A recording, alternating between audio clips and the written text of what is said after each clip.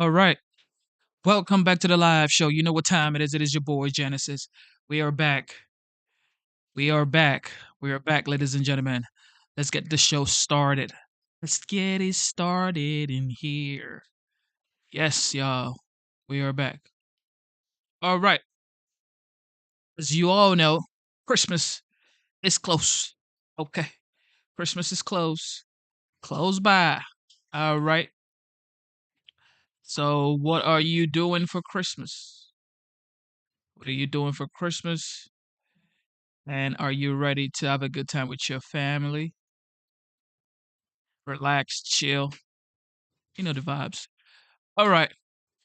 Looks like President Joe Biden and First Lady Jill Biden, they visited the Children's National Hospital in Washington, D.C.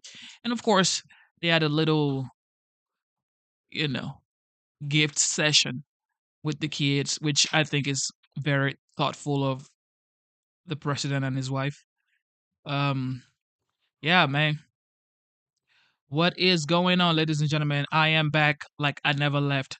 Told you I was gonna be back here in the, I guess, morning time or noon, but ooh, I was working. Okay,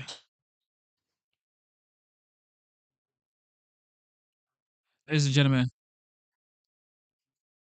I I'm gonna play this for you guys. All right, here we go.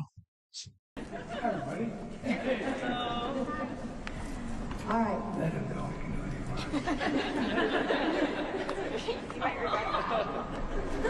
Okay, so do most of you know this story, The Night Before Christmas?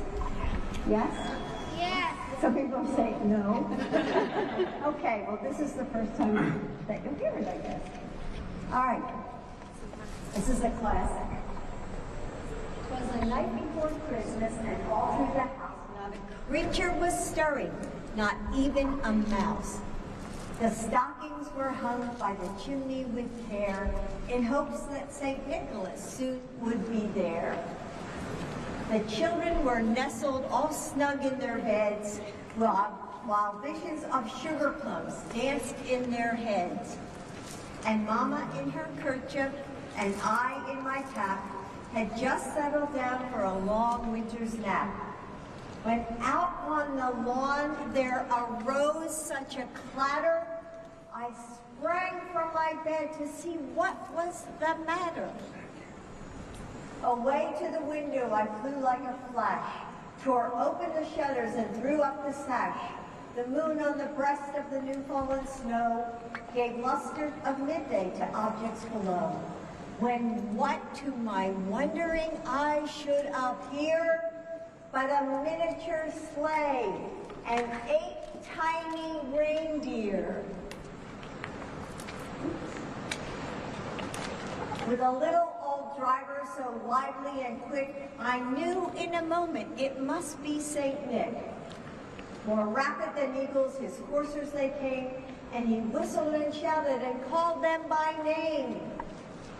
Now Dasher, now Dancer, now Prancer and Vixen, on Comet, on Cupid, on Donner and Blitzen, to the top of the porch, to the top of the wall. Now dash away all. As dry leaves that before the wild hurricane fly, when they meet with an obstacle, mount to the sky. So up to the housetop, the coursers they flew, with a sleigh full of toys and St. Nicholas too. And then in a twinkling, I heard on the roof the prancing and pawing of each little hoof. As I grew in my head and was turning around, down the chimney St. Nicholas came with a bound. He was dressed in all fur from his head to his foot, and his clothes were all tarnished with ashes and soot. A bundle of toys he had flung on his back, and he looked like a peddler just opening his sack. His eyes, how they twinkled, his nipples, how merry. His cheeks were like roses, his nose like a cherry. His droll little mouth was drawn up like a bow, and the beard of his chin was as white as the snow. Yeah, He had this is a too broad funny. face and a round little belly that shook when he laughed like a bowl full of jelly. He was chubby and plump, a right jolly old elf, and I laughed when I saw him in spite of myself. Reading and entertainment. Thank you for tuning into the live show. You know what time it is. It is your boy Genesis. Well, you've heard the First Lady read the Christmas story to the kids at the Washington, D.C. Children's National Hospital. Yes, I just wanted to start the show with a little Christmas vibes. But with that being said, the House has finally passed the bill to avert shut down, ladies and gentlemen. Let's check that out.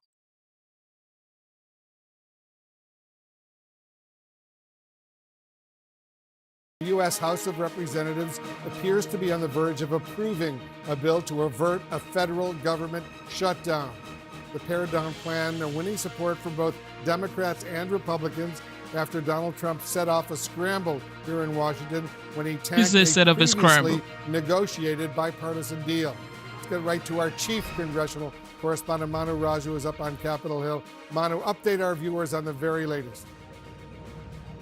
Yeah, this is on the verge of passing, Wolf, averting a scare at the last minute. A government shutdown just on the horizon in a matter of hours. But now the House is poised to pass this bill well over the threshold, the two-thirds majority needed to pass this bill that would keep the government open up until mid-March. Right now, it's a 366 to 34 vote. That's well over the 290 votes that would be needed, assuming all members are here and present. So that, and right now, it looks like it's broken down. A lot of Republicans in favor of it. Well, 170 Republicans voting in the affirmative, just 34 voting against it. And the Democrats, more Democrats have supported this. In fact, 196 Democrats. There's not a single Democratic no vote. Now, this came all after a scare over the last several days, and then the aftermath of Donald Trump intervening late and scuttling a separate bipartisan deal that had been reached. It appeared to be on a glide path to becoming law. Trump demanding major changes, including an increase of the national debt limit, something he wanted off the table so we would have to deal with it in the next Congress. That is a perennially difficult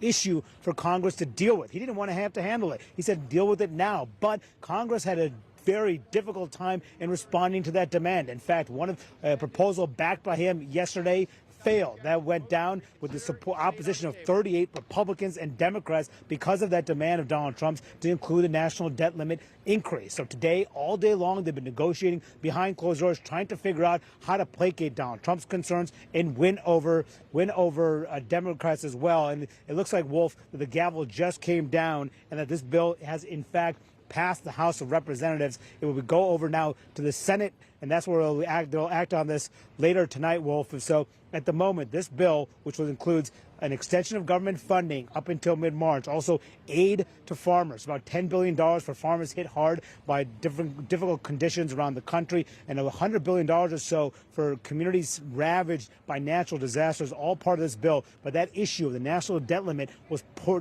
taken out of this bill and sent to deal with in the next Congress, putting that on Donald Trump's plate and really defying Donald Trump's public demands over that issue over the last several days. But see, Trump simply did not have the votes. The final vote, Wolf, was 366 to 34, passing this bill out of the House of Representatives just moments ago. 34 Republicans voted against it, and one Democrat voted present. The rest of the Democrats voted for it. So an overwhelming vote in the House of Representatives just hours before the shutdown deadline, and now on to the Senate, which will expect it to give overwhelming passage later tonight, Wolf. So once the Senate passes it, this legislation later tonight, it'll then go to the White House, and then President Biden has to sign it into law. So it looks like it's a done deal that there won't be a federal government shutdown.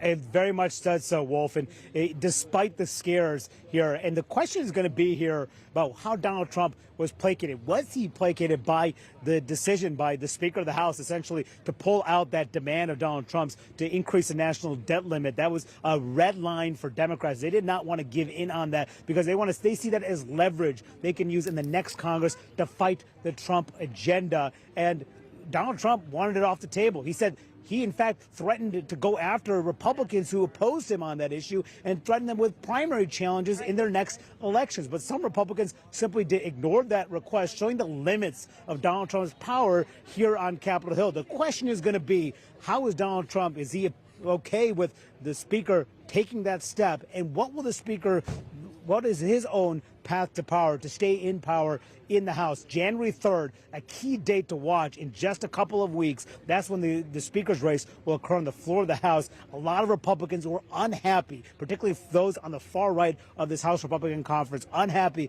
with his handling of all of this. Several of them who I've talked to on the way up to votes would not commit to voting for him on January 3rd, Wolf, and he can only lose a couple of votes on the House floor to be reelected Speaker. So we'll see if Donald Trump says anything about this bill, says anything about the Speaker's handling of this, or backs him for reelection for Speaker as he's done in the past. That's going to be a huge question as Republicans now grapple with the incoming president, and Trump grapples with the fact that some Republicans defied what he had demanded over the last couple of days. Very interesting indeed. Manu Raju, a very busy guy up on Capitol Hill. Thank you very, very much. I want to get some analysis from our political experts who are here with me in the Situation Room. And Jeff Zeleny, a whirlwind 48 hours up and down. Now it's up. It looks like it's going to pass. There will not be a federal government shutdown.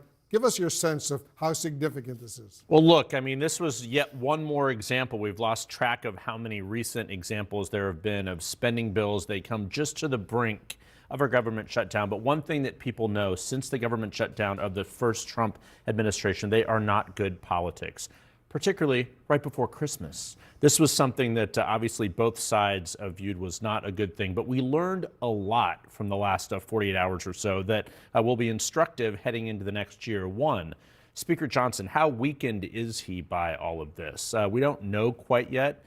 He's obviously hoping that some holiday charity perhaps steps in here and people forget some of this come January 3rd, but we'll see about that. But we also learned that Elon Musk is clearly much more influential than we even assumed. So look, as the Senate passes this evening, presumably, obviously they want to get out of town as well. We know that in the Trump era, it is going to be a challenge to govern. And the debt ceiling, we know why the president-elect wanted to get it out of the way now, but it is not. This is going to be a huge cloud and a challenge that's going to be awaiting him next year. Once he's sworn in as president on January 20th, Kristen Holmes is with us. Kristen, earlier today, Trump posted this, and let me read what he posted.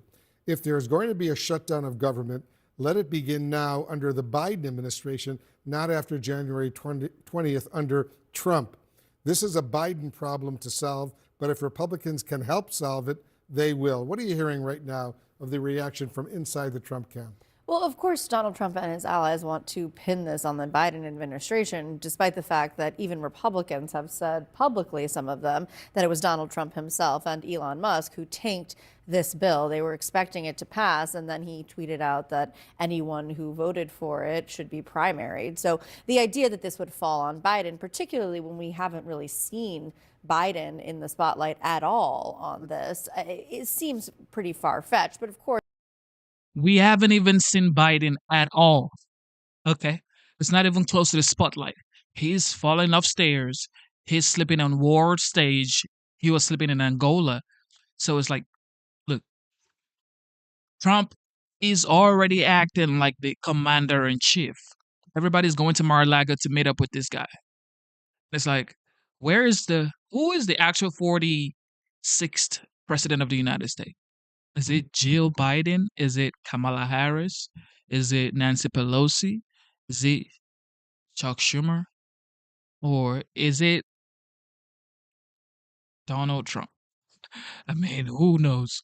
course, this is Donald Trump trying to posture, trying to say that it's not going to fall on him. The one thing I do want to point out here, I think it's interesting, is I want to go back to what Jeff was saying about Speaker Johnson, because I really think this is going to be one of the most interesting dynamics here, particularly when it comes to Johnson, Trump, and Elon Musk. A few moments ago, Elon Musk seemingly was posting support of Johnson, saying the speaker did a good job with what he had. We know that usually what Elon has said in the past has come from Donald Trump, but then I got a text from a senior advisor essentially saying that this was Johnson's fault, not Donald Trump's fault, that Trump had mentioned that he wanted to deal with the debt ceiling early on, and that this was, something that Johnson knew before putting forward this negotiated bill. The reason why that's interesting is that clearly they're throwing Johnson under the bus. So how this dynamic actually ends up playing out and where Trump's head is at, that'll be interesting to see as we go into the speaker's race. A lot of questions still remain. Lauren Tomlinson, let's talk a little bit about the impact this is going to have on your party, the Republican Party. You're a Republican strategist. What is the state of chaos in the Republican Party right now? I think what you're seeing is, it's an unhappy coalition right now, and it has been for a while with the Republican Party. You have the new members coming in, more of the Trumpians and the establishment. And I think we're going to see this type of push and pull, especially as these new members come in the next Congress. I also think it's interesting because Johnson, I kind of agree with you on Johnson's going to get the blame for this. He hasn't been able to lead his people throughout this. We've had lots of little scares like this throughout the past year. And I think this says a lot about what he should have done, which is he should have taken this head on, not just with the debt ceiling and negotiating with Trump early, but also passing the 12 appropriation bills in order. He had time to do this throughout the year. We could have had a lot of these debates before now. So I think that what you're going to see is it was a wish list for them to clear the decks for Trump to come in and have an aggressive agenda, but the honeymoon period is over. So Trump is now going to have to move from his campaign promises to what he's actually able to accomplish with a government that, at least in January, he'll have full control of. What does it say to you, Ashley, at the end, that more Democrats voted for this legislation tonight than Republicans? I mean, it says that Jeffries has the strongest hand in any negotiating. Hakeem Jeffries, the Democratic. And that's another thing. Like, why would the Republicans who are supposed to be supporting the legendary, the OG, the 45th, now the 47th, why are they not voting in droves? The fact that last night the bill didn't pass, why would the bill not pass? And why would people not be present to vote? The Republicans are not sticking together. And this is what the Democrats are trying to do. Divide and conquer. They're trying to divide and conquer. They're trying to divide the Republican Party. It's just common sense. Now they're saying President Musk. The more they say these things, the more Trump, Trump is a smart person. However, ego comes into play once in a while. So if he gets into his ego and say, you know what do you mean President Musk? Then we're going to have an issue because Trump actually needs Musk. Because Musk is a smart person, brave, not just because he's the richest man alive or ever. He actually has some common sense, okay? So, and he used to be a Democrat. So he actually wants something different. And the fact that he's part of the Department of Government Efficiency, this is something that, they just have to be smart. They just have to be smart. If they're not smart, they're going to F it up. They're going to F all of this right here up. Because now they're going to have the White House, they're going to have the Congress, they're going to have Senate. So it's like, they better do what they got to do. Democratic leader has the strongest hand in any negotiation and will as we move into the next term. The Republicans are going to have the smallest majority, second smallest majority in American history after January. So it's a new day for Donald Trump and Elon Musk. They're going to have to adjust themselves. But here's two really big takeaways for me, Wolf. One, this is Donald Trump's first loss. That cannot be overstated. His party bucked him, and the reality is they need Democratic votes. The second is, I feel for Jeffries. I used to work for Speaker Pelosi, and what you need when you're governing is a level of certainty, especially from the White House. So the question is, who's in charge? Who's in control? Is it Elon Musk? Is it Donald Trump? I mean, the outstanding question there leaves, I think, Johnson in this perilous position going forward, and that's really going to really put on full display the fact that Republicans have a sort of a lack of an ability to govern.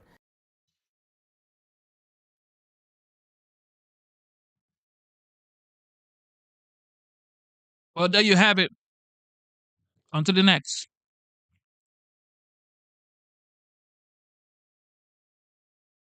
This piece does show Biden having all of these sort of walls up. Yeah. And the walls kept getting higher and higher as the years went on. This is the biggest scandal in America. And the level and volume of people who dedicated themselves to lying to everyone at home about this man's condition for 4 straight years up through this summer is breathtaking. It's a scandal of epic proportions. And it's a fair question to ask, who is running the country? Who has been running the country? And as I said earlier, if you're worried about Donald Trump's advisors having influence, for the last 4 years, apparently this president, duly elected, but this president was not capable of fulfilling the duties of the office. And his staff and the White House lied about it and kept it from the American people. It's an absolute scandal. Look, I'll say 2 things. One is that I think Joe Biden, despite all this, had a very successful tenure. You may disagree, but I think on policy as a Democrat, he had a very successful. What is she talking about? She had a very successful tenure. Nope. Nope. Don't let me start getting a bad vibe for my chicken and potato. I'm enjoying my chicken and potatoes. Don't be saying trash. 4 years. But there's a bigger problem here, and that is that I think Democrats are at the point where Republicans might have been right after the Bush election or after the Bush term was up, which is that I think Democrats are starting to mistrust their institutions. And this goes back to a bipartisan effort to lie us into the Iraq War, not just by George Bush, but also by a lot of Democrats. It has to do with the fact that Barack Obama did not hold anybody accountable after the 2008 crisis, which also happened on George Bush's watch, but he became president. He never threw a hostage on the tarmac from Wall Street. You saw the rise of Bernie Sanders as a result of that, and you saw a lot of institutional Democrats, me included, saying, no, no, no, this is not the time. We have to stick with the institution. And I think you have a lot of Democrats now, me included, who are pretty sick of the institution and trusting people in the institution. And this is just one example, most recent example, I think, of people institutionally lying to the American people. And what you're ultimately going to see, and I don't have a problem saying this as a Democrat, is that you're going to see a Tea Party version rise up in the Democratic Party based on the fact that this is yet another marker of people just not trusting our leaders anymore. And I'm sorry to say that, but I think we brought this on ourselves. Yeah, I remember so distinctly when the Wall Street Journal's first story came out and the uproar about it among Democrats and the anger that they were making things up. In this story, they have multiple sitting members of Congress on the record talking about how they hardly ever heard from the president. They're chairmen of their respective committees, going all the way back to the Afghanistan withdrawal. I mean, this is something that they told the public was a Joe Biden decision. And according to this article, You know you effed up. You know you effed up when CNN is not even supporting you. When CNN don't support you, you know you done effed up. You definitely effed up. Because this guy's 1,000% support Joe Biden. This is a Joe Biden campaign applaud. We love you. Gift card type place. But they're not even supporting him right now.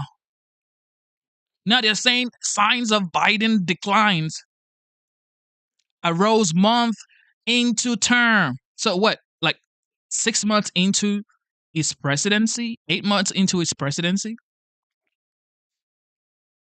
What is going on? Everybody now realizes that they voted wrongly in 2020. But I'm so happy. I am absolutely happy because one thing is for sure. We have the 47th, who happens to be the legendary, the Don, the 45th, Donald J. Trump. And now he's back. He's back. Common sense will be back. The Ukraine and Russia BS is going to be over. Okay? It's over. You ain't sending no more money. No more money now. No more money to Ukraine. Okay? You're going to have to decide. Relax. We got the border to fix. We have inflation to reduce. Okay? We don't have time to be catering for other nations and figuring out how they're going to maintain their democracy. Nah, it ain't going to happen. Was not really a huge part of rationalizing it, even to his own party among the elected officials. But I think there is, like, I don't know if everybody's looking at me like I'm supposed to be defending the Democrats right now. No. Because, like, I think the interesting thing about this entire question is, like, when even the Democratic institutionalists realized, like, this dude can't be president, they said he can't be president, and then didn't blindly defend him.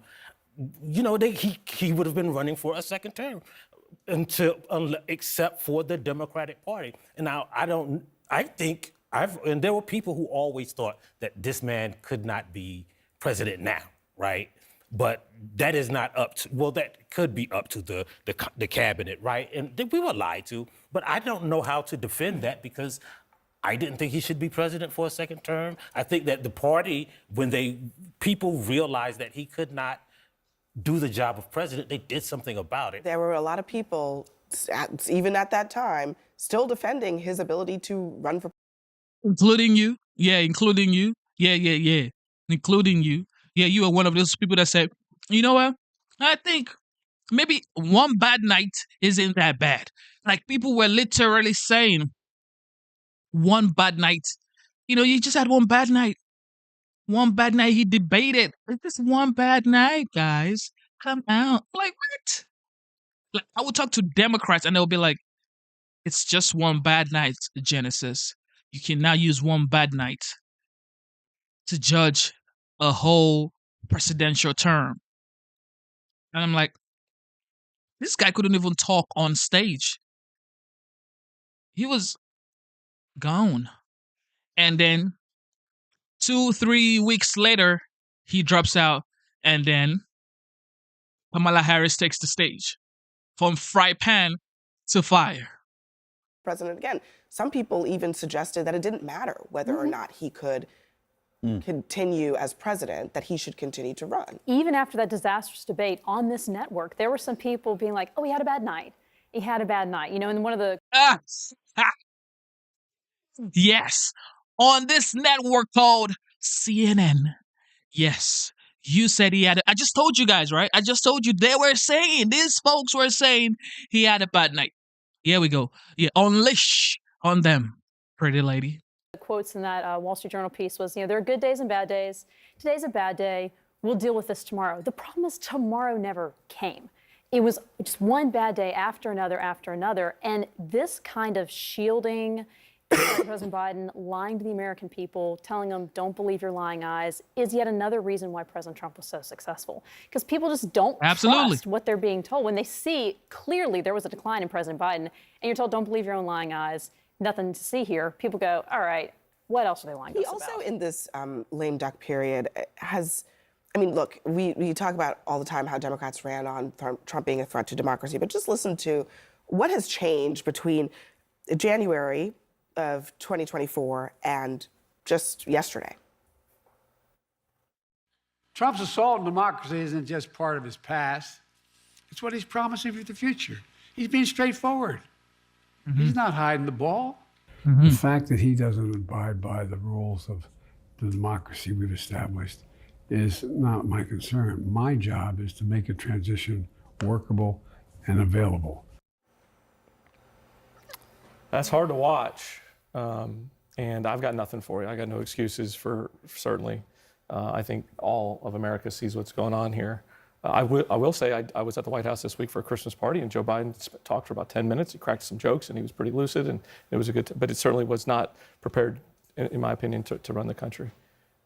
I do think we need to go back to the conversation that was happening on the campaign trail, and that's about age limits. I think we've got to start figuring out what that looks like. Boardrooms that have billions and billions and billions of dollars of investor money does that. And I know we talk about voters need to have the right, you know, the opportunity to cast those votes, but I do think age limits on that position, it is the most demanding job anybody's ever held in their entire life. I'm not for age limits because I do think voters, that's something you can easily discern. And people were discerning that when they were turning against Joe Biden. I just have to ask when the accountability is going to come for every single person who sat in front of a television, who held some position of responsibility and lied their rear end off about what they were seeing behind closed doors. People came on television and said, oh, I'm with him all day, and he's really engaged, and he's doing the job, and he's running circles around us, and these videos are... Kamala Harris, your beloved vice president, first woman vice president, Kamala Harris, said he's as sharp as nails. He runs circles around me. That's what Kamala Harris said. What is going on? Why are you lying? They're cheap fakes and on and on and on, brazen lying by people who work for our government, and they lied to us about it. What do you have in mind in terms of I don't know, but if I were in Congress or I were the incoming administration, I would be thinking about, because I agree with you on institutional trust. I think there is a lack of trust across the board. It's happening in your party. It's been happening in my party. How do you ever regain trust if there's no accountability for the people who lied us into the deficit in the first place? That's my question. And if I'm a Democrat, I would never hire anyone who helped perpetrate this to be in a future administration. How can you regain trust the American people if you're putting the exact same people back who lied to them? I think you're opening up a Pandora's box if you want to start investigating people who lie on behalf of their president, because one day there's going to be a Democrat in office after Donald Trump leaves, and I promise you, you don't want that to be happening to your party. But I will also say, to your point, I don't agree with that. You don't? You think Donald Trump's been nobody cares. Here's what I think. If you go to work for the government and you stand up at the podium like Kareem has done and knowingly and fully lie to the American people because you know full well what you see behind the scenes and what you're saying in front of the podium, I mean, maybe the accountability is they never get hired again. Like it was the largest inauguration crowd in the Is that history? as consequential as this? It's a lie. But it's a lie.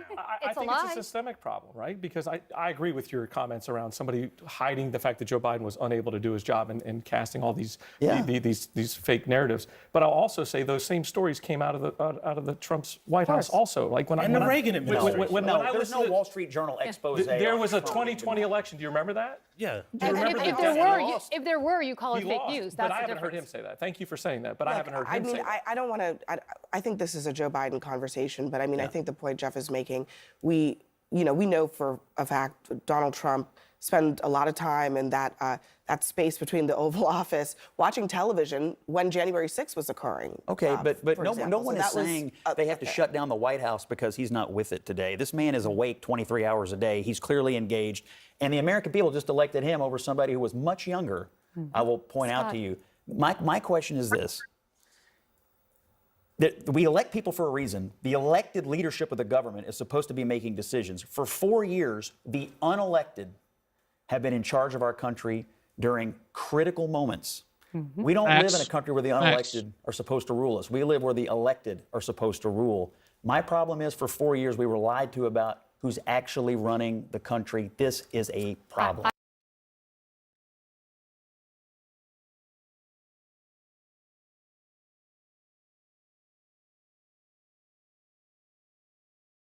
What? For 4 years we were lied to about who's actually running because he's not with it today. This man is awake 23 hours a day. He's clearly engaged. And the American people just elected him over somebody who was much younger, I will point out to you. My question is this. We elect people for a reason. The elected leadership of the government is supposed to be making decisions. For 4 years, the unelected have been in charge of our country during critical moments. We don't live in a country where the unelected are supposed to rule us. We live where the elected are supposed to rule. My problem is for 4 years we were lied to about who's actually running the country. This is a problem. Absolutely. It's always been a problem. And the problem is the people, the voters who kept saying that Joe Biden was 100%. Everybody knew he wasn't 100%. Everybody knew.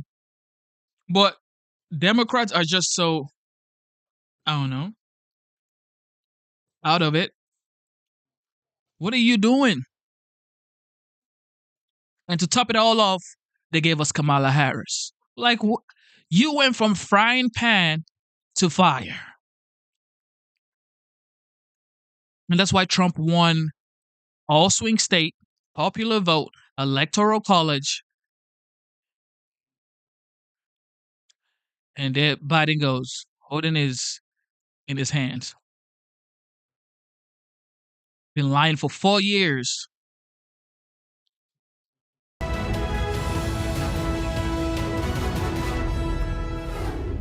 Good evening, everyone. I'm Laura Ingraham. This is the Ingraham Angle. Thank you, as always, for spending time with us. Liars lose, truth tellers win. That's the focus of tonight's angle. There we go. Only in Washington does the guy who triggered massive inflation and thus huge pain for hardworking Americans congratulate himself for a job well done. And the fundamental change I made was in the economy. What I decided to do was to change it to build the economy from the middle out and the bottom up. Wealthy still do very well, but the middle class and working class people do much, much better. Really? That must be why Trump destroyed Kamala on the issue of the economy and why, going into the election, a majority of Americans said they were worse off than they were 4 years ago. Nice going, Joe. Oh, and it's also why household debt has reached record levels, $17.9 trillion, and why loan delinquencies are also way up. It's because it's all great under Joe.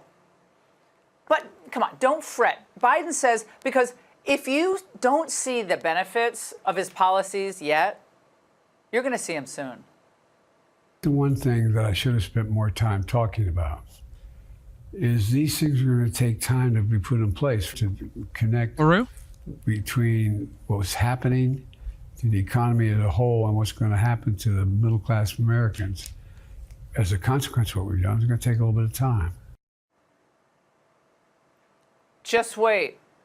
Help is on the way. Haven't we heard that before?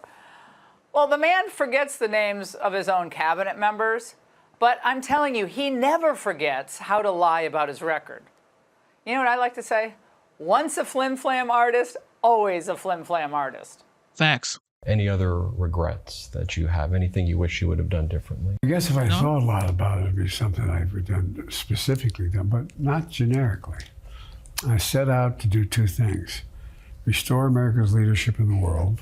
I think we've done that. And two, to generate opportunity for ordinary people to have a shot in the economy. And I think we've done that as well. Sure, that's all true, if you believe Hunter Biden was really snorting powdered sugar in all those old videos. Poor and middle-class Americans are still being hard hit. They're actually hardest hit by the Biden-Harris inflation legacy. And as far as our international reputation under Biden, it was nonstop embarrassment. Just ask the poor photographer at the G7. Can someone get Joe? Looks like he's wandered off again. We need to take this photo. The entire Biden presidency was a lie wrapped in incompetence. Even the press is trying to do mea culpas over their failures. Oh, my God. As a reporter, I have a confession. Come on, man. Come on, man. This last 4 years, the Democrats should be ashamed.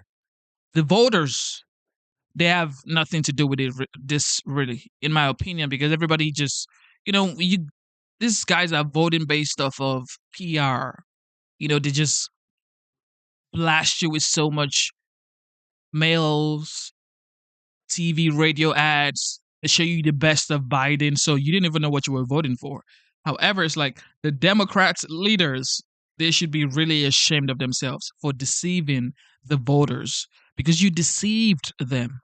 Look at what they voted for. What is this? You spent millions and millions of dollars in 2019, 2020 to promote an image that was false. It was basically false. Look at this product that people voted for. This is look at this dude.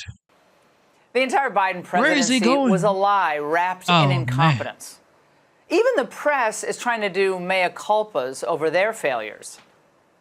As a reporter, I have a confession to make.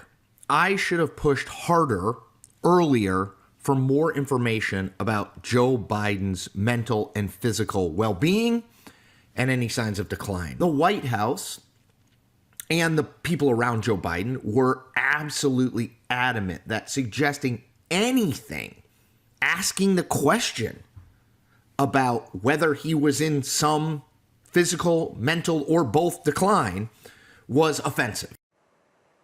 Everyone who was defending Biden, covering for Biden instead of covering Biden, everyone who failed to bother to ask the obvious questions about his deteriorating mental and physical state, they should move on to other work. Because what you did is an astonishing dereliction of duty.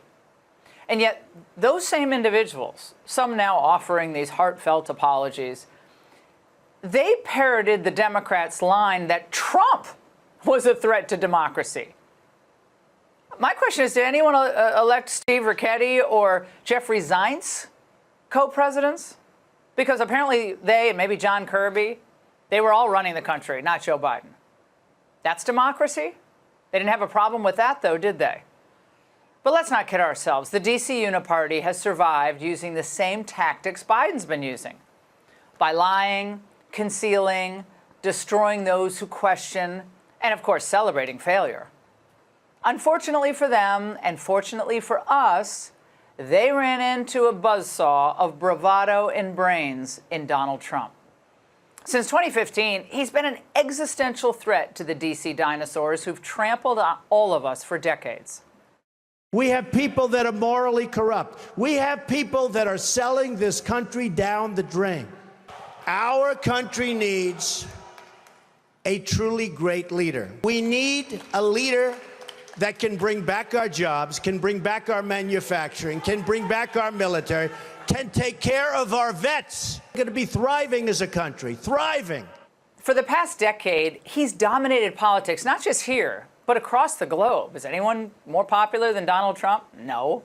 And it's not just because he's charismatic or is rich or has a beautiful family and a beautiful wife. It's because he never quit fighting against all odds. The modern political era has never before seen his type of guts and grit. And it is inspiring. Imagine not only having to stand up to the far left, the deep state, the legacy media, but also to the fools in your own party, to the FBI, to the corrupt prosecutors and biased judges. Think about that. He's so smart, he turned a mugshot into a campaign rallying cry. In the end, they're not coming after me, they're coming after you, and I'm just standing in their way. Here I am. I will never be deterred. I will never stop fighting for you. Liberals wonder why Trump supporters hung in there with him and why their support never wavered. It's because he never wavered, because he never stopped fighting, even after he was almost killed. The Democrats have no one, and I mean no one, who can match him. That's why they lost. And as this historic year closes, this man is the Democrats' legacy. Got to keep fighting. Got to make clear we're not going away. We're not going away. I'm not going away. I'm going to be deeply involved in the environmental movement, deeply involved in foreign policy, deeply involved in all the things I've been involved in before. Talk about good news for America. 2 utter failures. Biden and Kamala apparently are both going to stay in the fight. Yay. I mean, delusional, venal, narcissistics. Yeah, Washington's just full of them. Why should we be surprised? But right now, they're on their heels, despite all the bluster. And the man who led to their crushing defeat, Donald Trump, has vowed to bring common sense and order to Washington. A practical foreign policy, more modest federal spending, a regulatory rollback, better trade deals, and a strong border. All of this can be done, which Trump started in his first term. We know that. This is all, of course, a threat to old Washington, and their lobbyists and activists are already gearing up for a fight. Extreme MAGA Republicans are marching America to a painful government shutdown that will crash the economy and hurt working class Americans.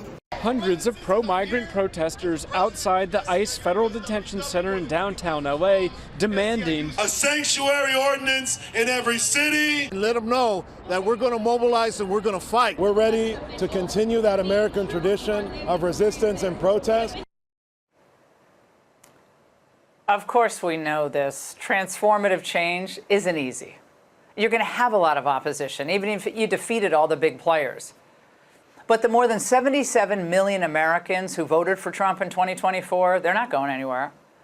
And we know that the increasingly diverse coalition that he put together is only going to grow larger, with more Hispanics, more African Americans, more former Democrats, younger people, older people, all people together working for a better life for their families, which of course will make America strong again. So these are exciting times. This has been an amazing year to do the angle every night and also just to mull over and hash over all these issues. And when we think about this year, know this: Donald Trump has given us a chance to make this one of those turning points in history, just like when Reagan won in 1980. So with the help of his cabinet, J.D. Vance, Elon Musk, and others, he can do more than drain the swamp. He can return power. This is what I don't get, though. So they have liars lose, truth tellers win, and they have Joe Biden and Kamala. But then they have Trump and Elon Musk, not J.D. Vance. That's a little, I don't know. But of course, Elon is smart. He helped the legend win the election. We know that. But JD is the vice president elect. Shout out to Laura Ingraham. All right.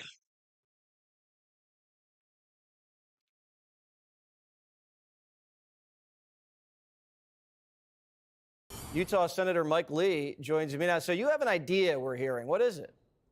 I've got an idea. Look, Jesse, it wasn't Congress that did this. It was 4 people, 4 guys. I call it the law firm of Schumer, McConnell, Johnson, and Jeffries. This whole debacle was avoidable. It was preventable, foreseeable. In fact, it was foreseen and warned of. But these guys are falling into the same rut that they've been in for a long time, which is the firm, as I call it, negotiates a spending bill in secret, releases it just hours or days before we're supposed to leave for the Christmas holidays, and inevitably it's full of garbage, and that's what happened. Wait, so you're saying, hold on, just back up. So you're saying these 4 people, you're saying Jeffries, Johnson, Schumer, McConnell, Johnson, and Jeffries, the firm. Okay, They did this. This okay, isn't Congress. McConnell This and is 4 Schumer, guys. they cooked this up for the last 85 days in secret, dropped it on everybody Wednesday, and this is where we are. Yes, and it has failed. It's failed miserably because the American people are awake. They have access to X, they have access to Waters World, they have access to information and to apps that will help them quickly digest this information. This does not work. It's an historic moment. It's fallen apart. And as a result, somebody's going to have to lose their job over this. I don't think the speaker is going to remain in power. That's my prediction. I'm not in the House. If I'm correct in that, and I think I am, we need bold new leadership, outside leadership, and I think it needs to be a Doge speaker. It needs to be either Vivek Ramaswamy or it needs to be Elon Musk. Look, I was over here a couple weeks ago, House and Senate Republicans for a Doge caucus meeting. You guys think that Elon Musk should be involved in this amount of politics? I know, he's part of the Department of Government Efficiency, but if he does become the House Speaker, Vivek should do it because Vivek already is a politician. But Elon is not. Elon is not a politician. He's a businessman. He should just really stick to that. He's a smart person, but once you start going into politics and it becomes really dirty, that he may not even be as efficient as he was during the campaign trail for the OG. This is just my opinion, but what do you guys think? Do you think Elon should consider being the House Speaker? I think Vivek, that's good enough. I've never seen, we're like, herding cats, Republicans on Capitol Hill. Never seen so much attention, so much respect for 2 people in our entire caucus, in the Senate and in the House. So you're officially nominating right here on Jesse Watters Primetime, either Vivek or Elon to be House Speaker. Doesn't have to be a politician, could be anyone, can be Speaker. Do they want that job? I don't know. Look, I'm a little bit skeptical. Elon is kind of busy. He's got like 54 companies that he's running, right, and trying to get to the moon. I suspect Vivek is a little bit more open to it than Elon. I'll take either one of them. Vivek, Elon, if you're watching, please sign up. America needs you. All right. Well, I don't think Johnson likes you now. Next time you guys see each other walking through the halls of Congress, he's going to probably kick you in the leg. He is a good man. He's a friend. He's been a friend for a long time. Great person. He's lost control of this process. Okay. And I don't know how he can remain in power. We need Elon or Vivek as speaker. He's a friend, and you just threw him overboard. Man, yes, politics is tough, Senator Lee. Well, it is, especially when you try to jam an entire country with the 1,500-page bill that nobody's read, and you try to trick them and bully them into doing it. Some of us take that personally, Jesse. Yeah, no, I don't like it either. I think it's terrible, and we got to stop doing it, and it's got to stop now. All right, Senator Mike Lee, we'll see how it shakes out. We'll let you know what Vivek or Elon say. Thank you. Fox News alert, the deadline. The deadline to avert a government shutdown is midnight tonight, Eastern time. But a spending deal still looks out of reach as Democrats and Republicans play the blame game. Aisha Hasni is live on Capitol Hill. Hey, Aisha. Hey, good morning to you, Lawrence. I am keeping my eyes on the Speaker's office just down the hallway from me because there might be some activity here in the next hour. I'll tell you about that in just a second. First, I want to get to what President-elect Donald Trump is thinking right now. Is not moving from his position after the bill imploded last night. He was actually up at 1 o'clock in the morning writing this on Truth Social. Take a look. He writes, Congress must get rid of or extend out to perhaps 2029 that ridiculous debt ceiling. Without this, we should never make a deal. Remember, the pressure is on whoever is president. Now, despite Trump and Elon Musk endorsing this 100-page skinny CR, 38 House Republicans still voted against it. They said they did not offset raising the debt ceiling. They weren't happy with that. Johnson needed Democratic votes, but Leader Hakeem Jeffries came out last night, and he said he wasn't going to play ball. The Musk-Johnson proposal is not serious. It's laughable. Extreme MAGA Republicans are driving us to a government shutdown. So now President-elect Trump, J.D. Vance, Speaker Johnson, pretty much every Republican is trashing the Democrats. The Democrats just voted to shut down the government, even though we had a clean CR, because they didn't want to give the president negotiating leverage during his first term, or during the first year of his new term. And number two, because they would rather shut down the government and fight for global censorship. They've asked for a shutdown, and I think that's exactly what they're doing. Okay, so the question is, J.D. Vance ain't got time like that. It is back to the drawing board for Speaker Johnson. What's the play tomorrow? What's the plan? Stay tuned. Well, we keep hearing that. You gonna run another bill tomorrow, though? We'll see.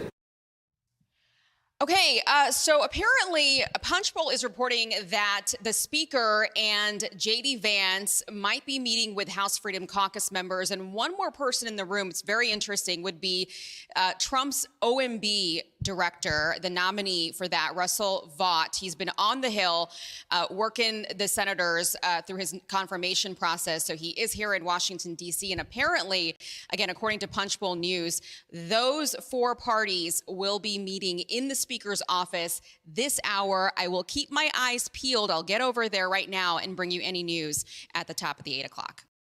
Thank you for tuning into the live show. Okay, so there's actually a live stream of the leaders, the Congress, men and women, voting on the bill right here. Let me see if I can get it for you guys so we can enjoy that. All right, let me see. Told you so when I'm also trying to help them fix the problem they're about.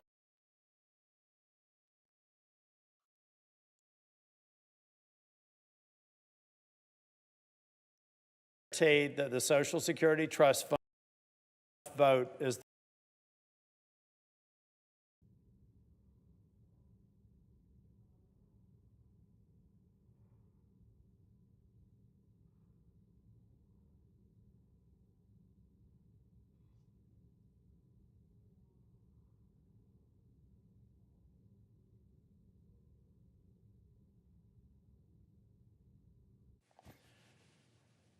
Mr. President.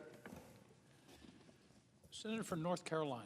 Thank you, Mr. President. Mr. President, I just wanted to get up and explain why I'll be voting against the passage of the Social Security Fairness Act a little bit later today.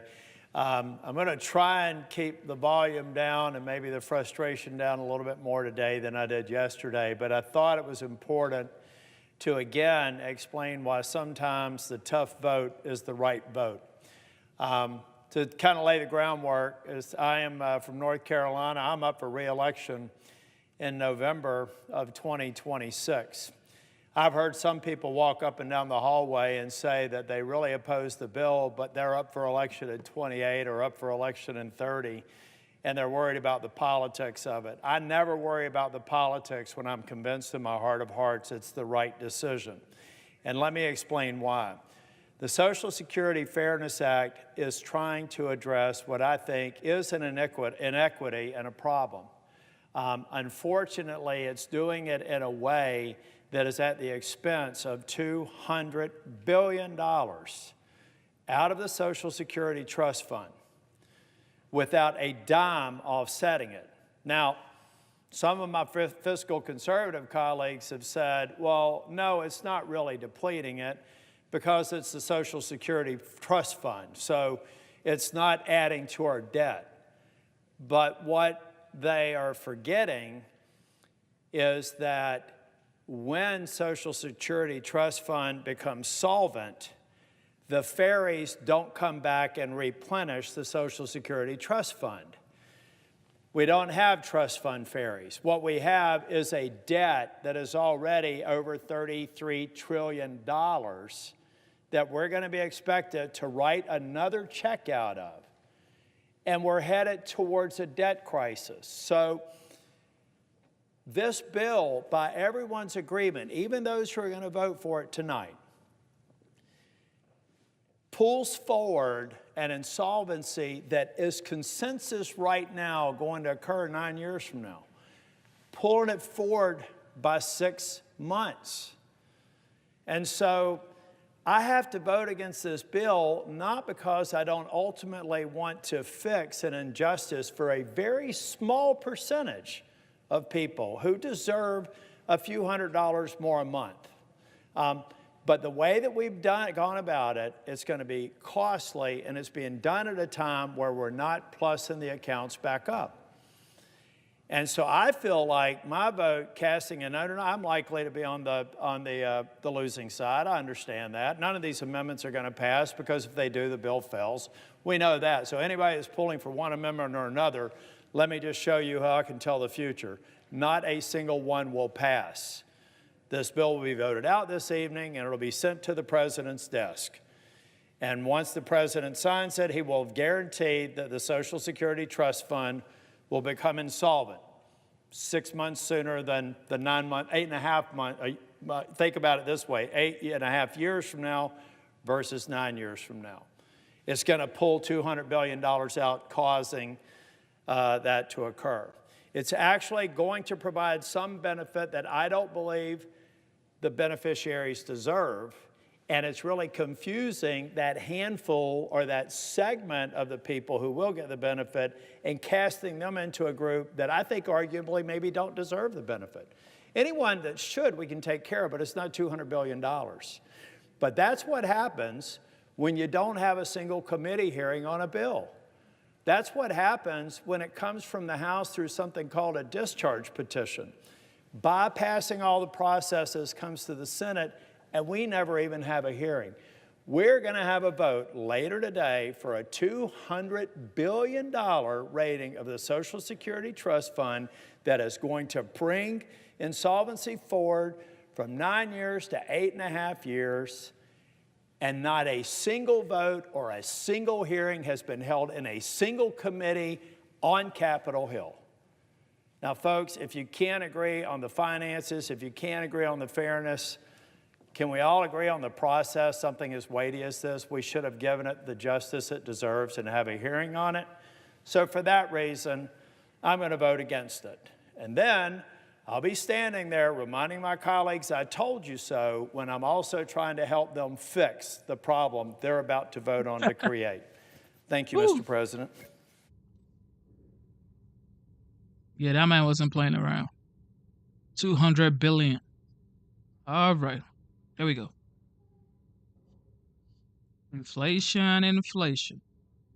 Here we go.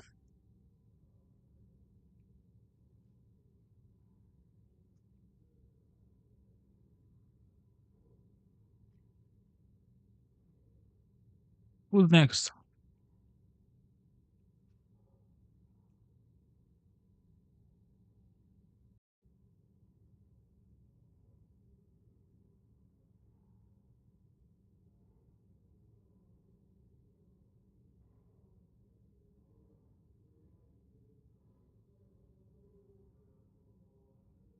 Yeah, for sure.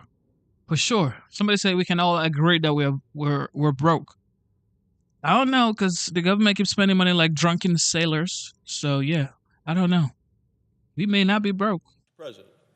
Senator from Wyoming. Thank you, Mr. President. As if in legislative session, I ask unanimous consent that the Senate proceed to the en bloc consideration of the following bills. Calendar number 422, which is S 1348, and calendar 501, which is S 1890. Without objection, the Senate will proceed to the measures en bloc. I ask unanimous consent that the committee-reported substitute amendments be considered and agreed to. The bills as amended be considered read a third time en bloc. Without objection. I know of no further debate on the bills en bloc. If there is no further debate, I ask unanimous consent. The question is on passage of the bills as amended en bloc. All in favor say aye. Aye. Opposed, no. The ayes appear to have it. The ayes do have it. The bills as amended are passed en bloc. I ask unanimous consent that the committee-reported title amendment to the S 1890 be considered and agreed to, the title of S 1890 as amended be agreed to, and that the motions to reconsider with respect to S 1348 and S 1890 be considered, made, and laid upon the table all en bloc. Without objection. Thank you, Mr. President. Mr. President, I want to rise just to spend a couple of moments discussing a bill that we just passed, and it's the Wyoming Public Lands Initiative. The Senate passed this by unanimous consent. This legislation is very important in my home state of Wyoming, something we've been working on for years. The bill would resolve the management status for thousands of acres of federal public lands across 7 counties of the 23 counties in my home state of Wyoming. These acres involve what are known as wilderness study areas. These are land managed solely for preservation, even though they're not included in the National Wilderness Preservation System. Well, the Bureau of Land Management studies these areas, and they study them to determine whether they should be designated as wilderness lands, or if these lands should be returned to multiple use status. Until Congress acts, the Bureau treats all of the lands as if it's wilderness. In other words, these lands currently under study are closed off to almost every use. For the people of Wyoming who rely on access to the land to make a living and for recreation, this just doesn't work. So in 1991, now here we are, we're in 2024, but in 1991, the Bureau of Land Management released a report recommending a balanced approach for these Wyoming wilderness study areas. Specifically, the Bureau of Land Management recommended that Congress designated some of the lands as wilderness and released the majority of the lands back to multiple use. Well, here we are, over 3 decades later, the lands still remain in limbo. That's why some of our counties began to work with me on the Wyoming Public Lands Initiative. And I want to thank these Wyoming County Commissioners for their collaboration going back 9 years, back to 2015. The bill, which I'm proud to sponsor on their behalf, generally follows the recommendations of the 1991 report. It strikes a balance between protecting these special places that people in Wyoming love, while expanding the multiple use areas that our state and local economies rely upon. The bill was developed by the people who live near the land and who will be accessing the land when this bill is enacting.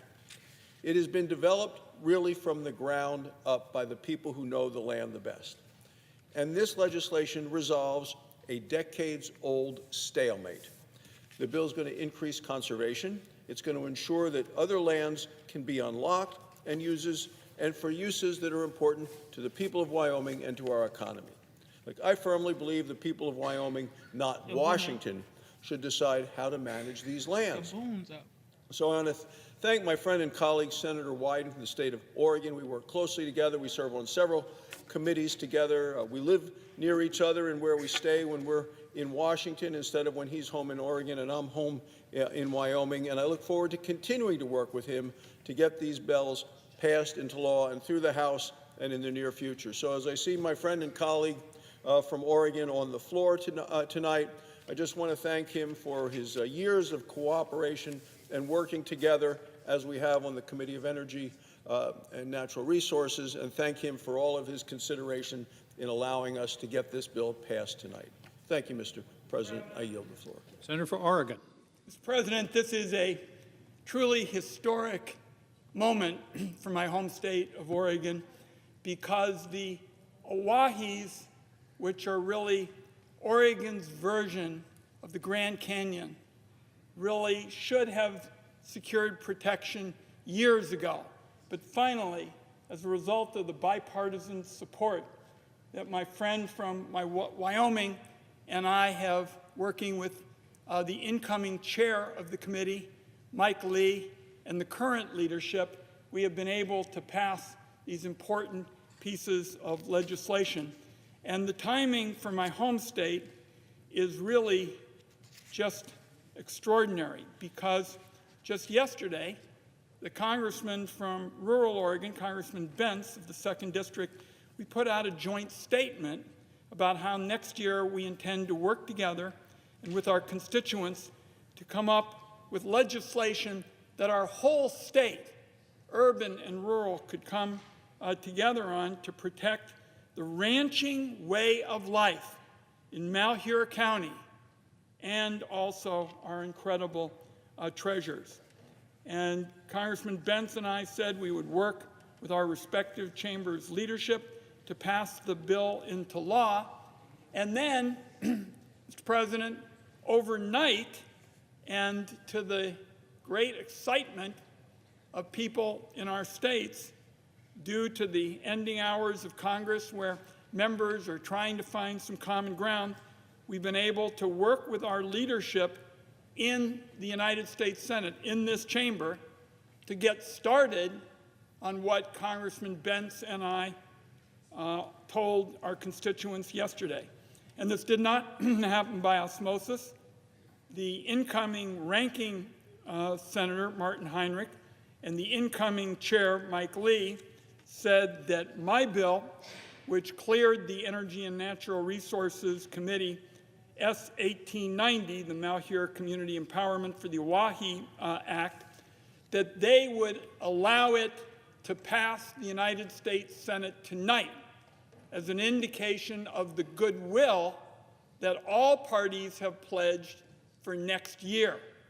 And as the chairman of the committee has noted, in fact, all the chairs, past and present, since I was the chairman of the Energy and Natural Resources Committee at one point, understand that that's the key to really making some history in this extraordinarily important committee. And in our conversations with the incoming chairman, Mike Lee, he was particularly interested in the fact that Congressman Bentz and I are going to be working together to get this bill in shape so that people across Oregon will support it.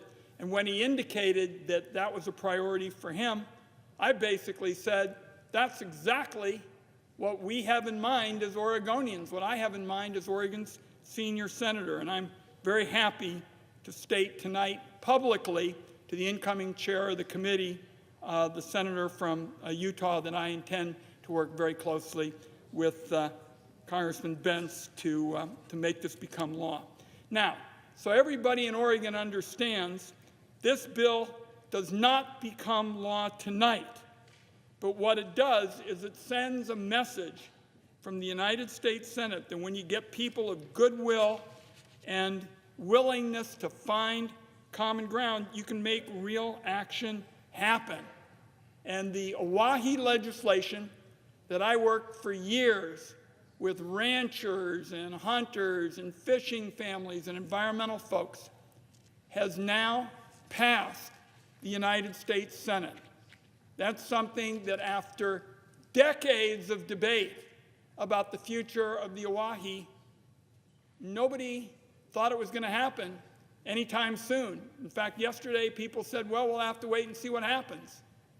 Now the United States Senate has acted, and acted, as I say, to protect the ranching way of life in rural Oregon and our treasures. And I hope that tonight's action will give all parties interested in the protection of the treasures of Oahe an interest in the ranching way of life. It should give folks at home the chance to know that we are going to be in a position to, in 2025, with the leadership of the Senate and the House behind. Thank you for tuning into the live show. Okay, we're going to come back to this right here because it's a really long video. We're going to come back to it. But before that, I want us to talk about the drones in New Jersey. What is going on with the drones in New Jersey? Do you guys think it's drones? Because it's now appearing across the nation. Some people said they saw it in Augusta, Georgia. Some people say they've seen it in New York. Some people say they've seen it in Philadelphia. So it's like, what is this drone issue about? Do you think the government knows about it? This is my opinion, okay? I think the government knows about it because, come on, this is the United States, okay? The United States has, I would assume, the United States has control over its airspace. This is what I would just assume, and I believe that that's true. So the drones in New Jersey is causing a frenzy. Here we go. Check this out. First of all, you have a very cool hat that we cannot forget about. You're officially in the Skywatch Task Force. Yes, But that thing next to it is a thermal. So this is camera. a thermal imaging camera. Yeah. Right. So this is something that I use to help identify the drone, if it's a drone or if it's a plane. Right. To distinguish that, so it can see at night. I want to show the audience here one of the images that you say may be a drone. Why? Why would you say that this image is probably a drone? Yeah, so it had no lights. The camera picked it up. You could not see with the naked eye, and it's shaking because I had the zoom on full, but it was hovering. It was not moving. It was in one spot. Okay, but let's show this other image of a flock. It looks like a flock of birds, right? A lot of people have been reporting that these drones were clustering, that they were flying together. Yes. What is this? That's just so those are a flock of birds. At first, I thought they might be drones because they're actually a flock of birds. They're actually a flock of birds. I watched them for about 30 to 40 seconds, and they flew off, and I kind of got attracted to them, just see where they would go. But after analyzing the video for some time, they are a flock of birds. They're not drones. Yeah, and there were planes that you saw. I mean, so what's your bottom line here? I mean, I think two things. One, clearly, now that everybody is aware of this, everybody's looking up and they're seeing lights. Yes. What do you think writ large is happening here? So I think there is something going on. We don't know what is going on. I think there are drones. I have seen some drones with this. They're small, personal drones. I know that people have been reporting large objects, like car size. I haven't seen those yet, not saying they don't exist. But right now, this task force was created basically to get an answer for our community because we're not getting an answer anywhere else. No one's answering us. And we reached out and we're just like, hey, so we're going to do it ourselves. And so the community, we're empowering them to join us on these night watches, to send us information when they see it. We'll help identify it. We're logging it. We're putting GPS coordinates in there. We use flight tracking applications, so we can point up the sky and go, yep, that's a United flight. That's confirmed. We'll look through the thermal camera as well, because one thing that's really interesting, when you see planes flying in the distance, especially where I live out in Mendham, we have 3 big airports near us. We have small airports like Morristown. It's really hard to see in the night sky that they're planes because they all look low to the ground, but they're coming in for landing, or they're far away, or they're putting their landing lights on. This, without a doubt, you can see through those lights that the planes have blinking, and you can see it's a plane or it's something else. Yeah, we're showing an image of, what is Yes. it? Very clearly, a plane. A plane. So there was these planes were over 10 miles away in the beginning, and I actually thought, I have a video here, I actually thought that they were drones. It's like, yeah, I got some. And I watched them, and they did everything that they're supposed to do as drones would do. They were hovering, they were just staying side by side. And then I waited, and they started getting closer, and they got close enough for the thermal camera to pick it up, and I could see that they were planes. I think it's so interesting how there was all this fervor, and then the story kind of disappeared from the headlines. And I mean, you can never believe that the government doesn't know anything about the drones. It is just not believable. Why would you say, oh, we're trying to find out what is in the sky too, just like you? But don't shoot them down. Do not shoot them down. It may be dangerous, but we don't know what it is. What is that? I don't know. I mean, does anyone have any theories? You say about that in a why conspiratorial way. No, I just think that there was a lot of speculation. We know now. There were people talking about Iranian ships off of the East Coast. I mean, that is not happening. There's no evidence of that. And so now that those theories have gone away, people have just stopped talking about it. I think my friends in New Jersey are still talking about it. I mean, we still are wondering what the heck it was, because what they saw, like near the shore especially, they know the plane traffic fairly well in their area, and they could tell these things were massive. The videos I saw were crazy. And by the way, just because they haven't flown over Mendham doesn't mean they haven't flown elsewhere. And you have literally public officials like that mayor in New Jersey saying that we had lost a radioactive device, a potential nuke, and that they think that those were sniffing it out. The government needed much better PR on this and get out quicker. Absolutely. And the fact they didn't, it's on them. But I also think that there is, I mean, we have to be a little bit more humble here. As Chris has experienced, you see something with your naked eye and you think, oh, that thing is huge, it's hovering, it's a drone. But it's not. Sometimes, maybe much of the time, it's not. And that's the challenge, right, of the see something, say something, and this broader environment of fear if you see something, the anxiety that people are just feeling across generations right now, where everything is suspicious if it's different.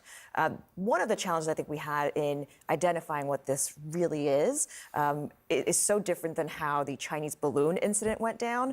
But we had one firm government in power, sworn in administration. I think seeing this lame duck session, this is one of those situations where could have gotten more clarity and information from our national security officials if they were, deeply engaged and not trying to navigate what comes next. So Chris, some of your colleagues on the task force do believe in the UFOs of it all.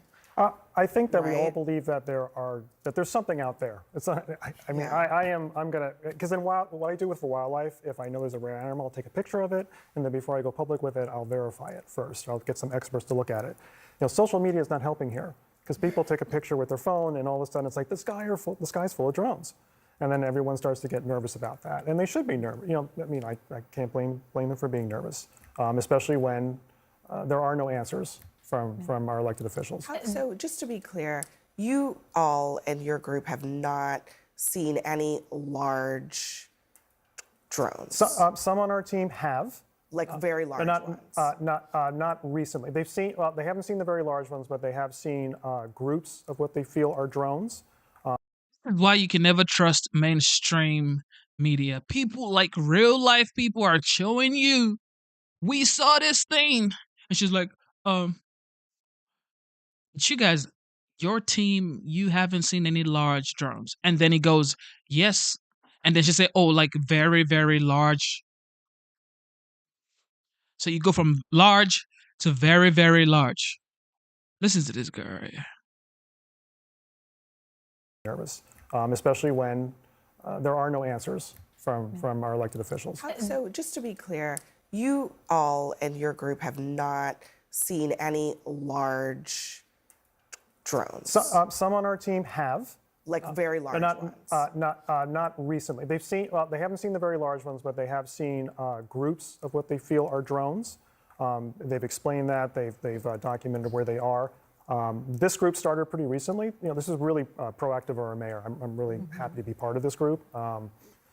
So I'm just getting out there in the past few days. We just started documenting all of this. So we're hoping to run into these. I mean, I really want to see one of these because that'll be really cool. It'll do great for my Instagram. So I would like to see the SUV. Yeah, here's what you won't be seeing. There's a brand of drone that was the most common and popular hobbyist drone, DJI, and they're a China-based company. Congress recently banned their use in the U.S. And part of that is because Chinese-owned companies have access to the data that travels on these drones. So that is one of the concerns about having unspecified drones in the air, is understanding what information and what's being collected on the American people. Absolutely. Yeah, they also admitted some were law enforcement. Well, yes. And so which I would also like to know what information they are getting.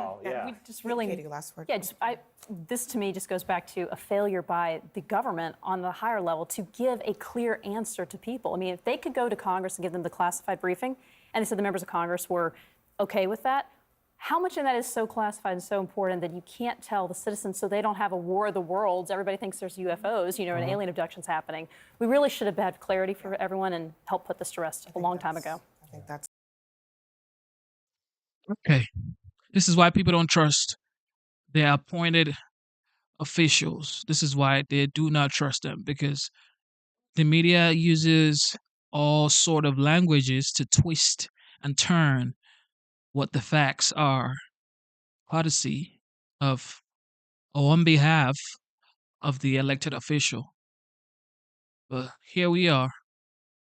Don't know what is in the air. Now sky. Just wild.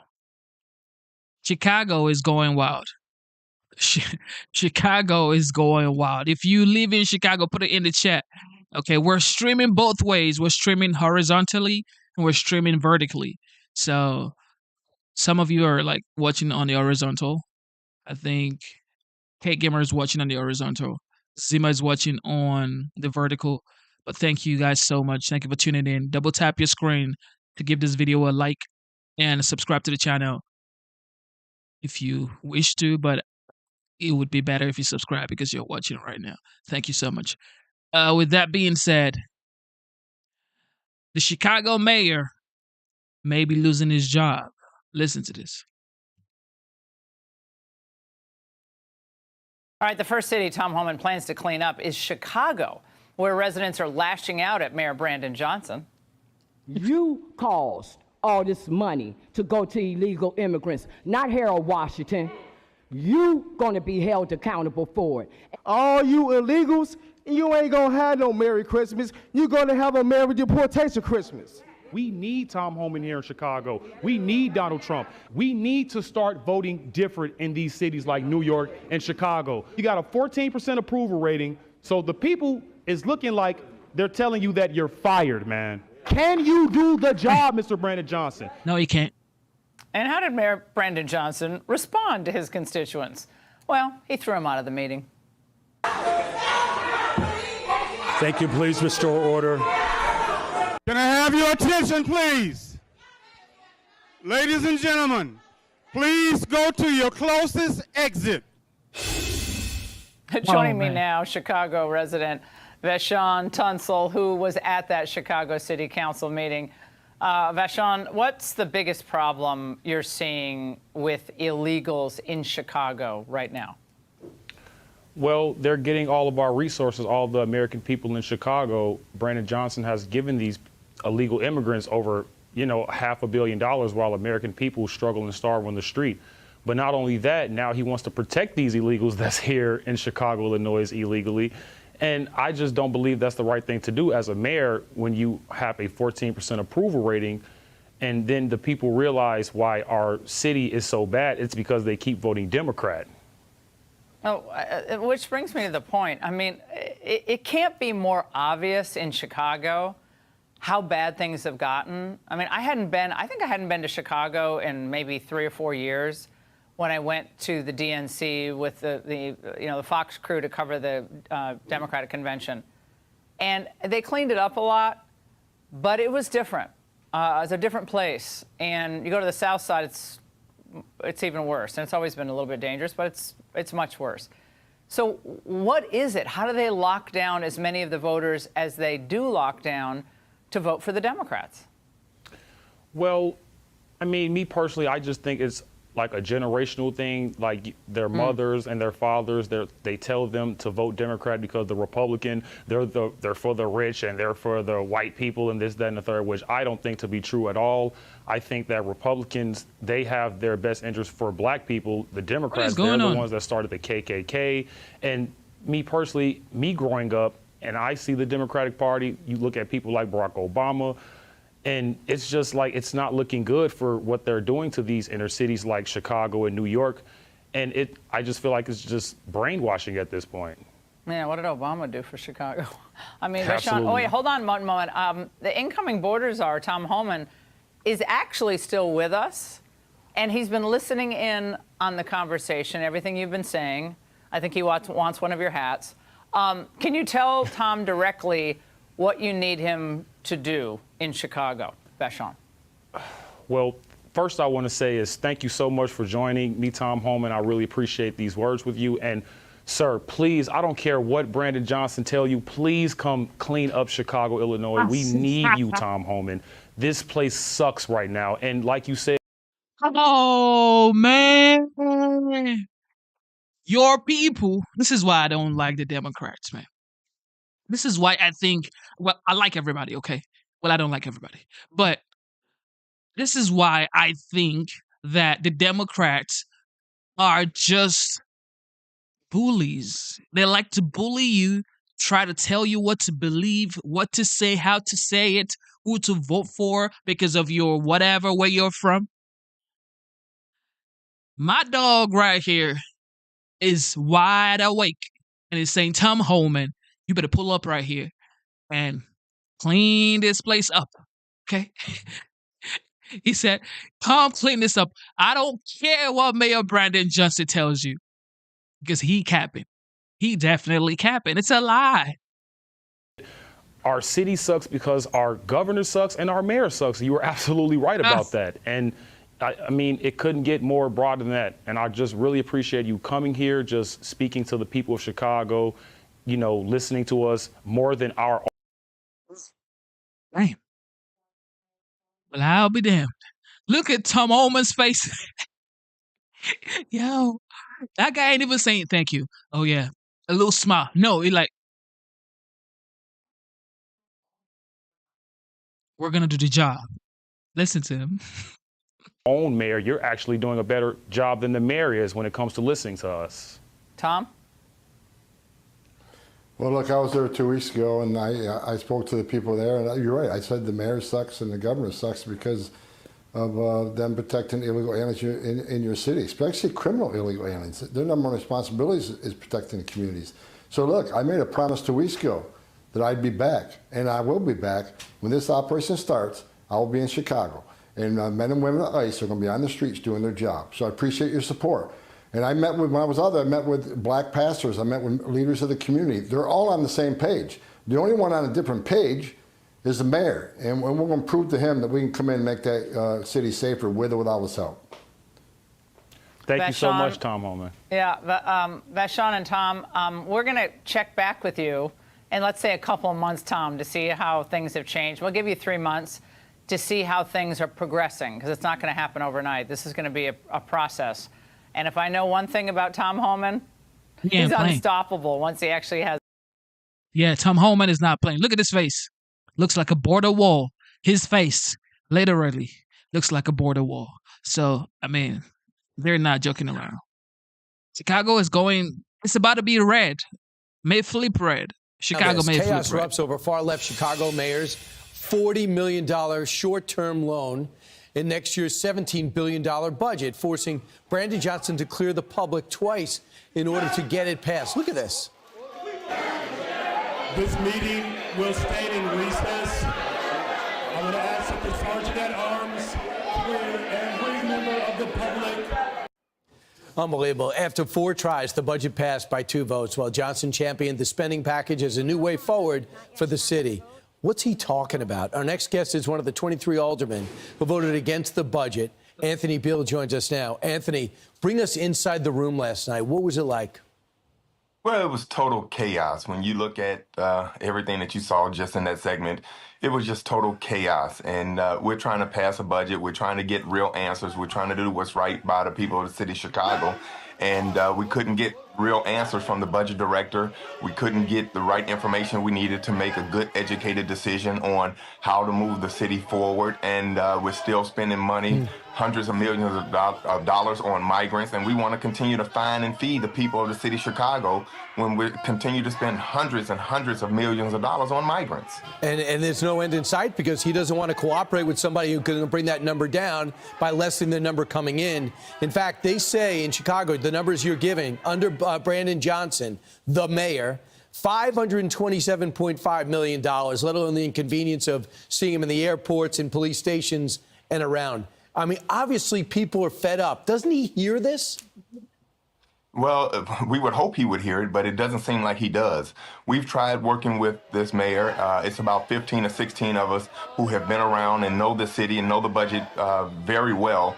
And he won't even talk to us. He won't even entertain our ideas about trying to right-size the city of Chicago. We tried to right-size it. We tried, our budget is extremely bloated. We've increased our budget over $5 billion in the last 4 years. We can't sustain that type of growth. And so we tried to right-size it. We tried to have cuts and efficiencies. And this mayor totally ignored all of that and wants to just continue to spend money.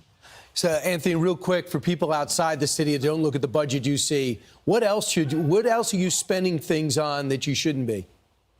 Well, when you see that the mayor, at the end of the day, he bought about 6 votes to get his budget passed. He gave aldermen letters that said, we're going to do certain things in your ward that should be getting done anyway, because it's the right thing to do. You shouldn't have to hold services back and hold things over people's head just to buy their vote. People are starving to get things done in their wards, and the mayor's holding services and goods over their heads in order to get their votes. And these people are so desperate to do something for their communities, they sold their vote very cheap. But it's almost like they have no options, right? It's incredible. It's not like your education system is booming and the recreational facilities are fantastic. They're not. Must be really frustrating. Continue to fight, Anthony. Thanks so much for joining us, bringing us inside the chaos. Thanks so much for having me. Thank you for tuning in to the live show. You know what time it is. It is your boy, Genesis. Chicago may be flipping red. Also, I know you guys have heard about the Fani Willis situation with Trump's case. It has been tossed out because, of course, she was sort of having an affair with another attorney that was linked to the case. Don't forget, we're still going to go back to the bill that is being strained, but I just want to cut off and show you what's going on. Take a load off, Fanny, because you're off the case. A Georgia State Appeals Court has booted Fulton County DA Fani Willis and her entire team from President-elect Trump's election case. But the indictment against Trump still stands. The court citing Fanny's appearance of impropriety thanks to her soap opera-worthy affair with ex-special prosecutor Nathan Wade. Who could forget this?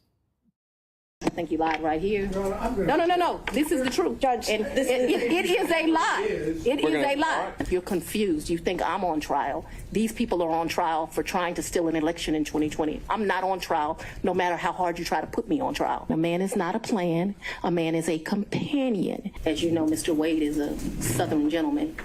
Me, not so much. So, Judge, the whole team gets kicked off the case, but the case still stands.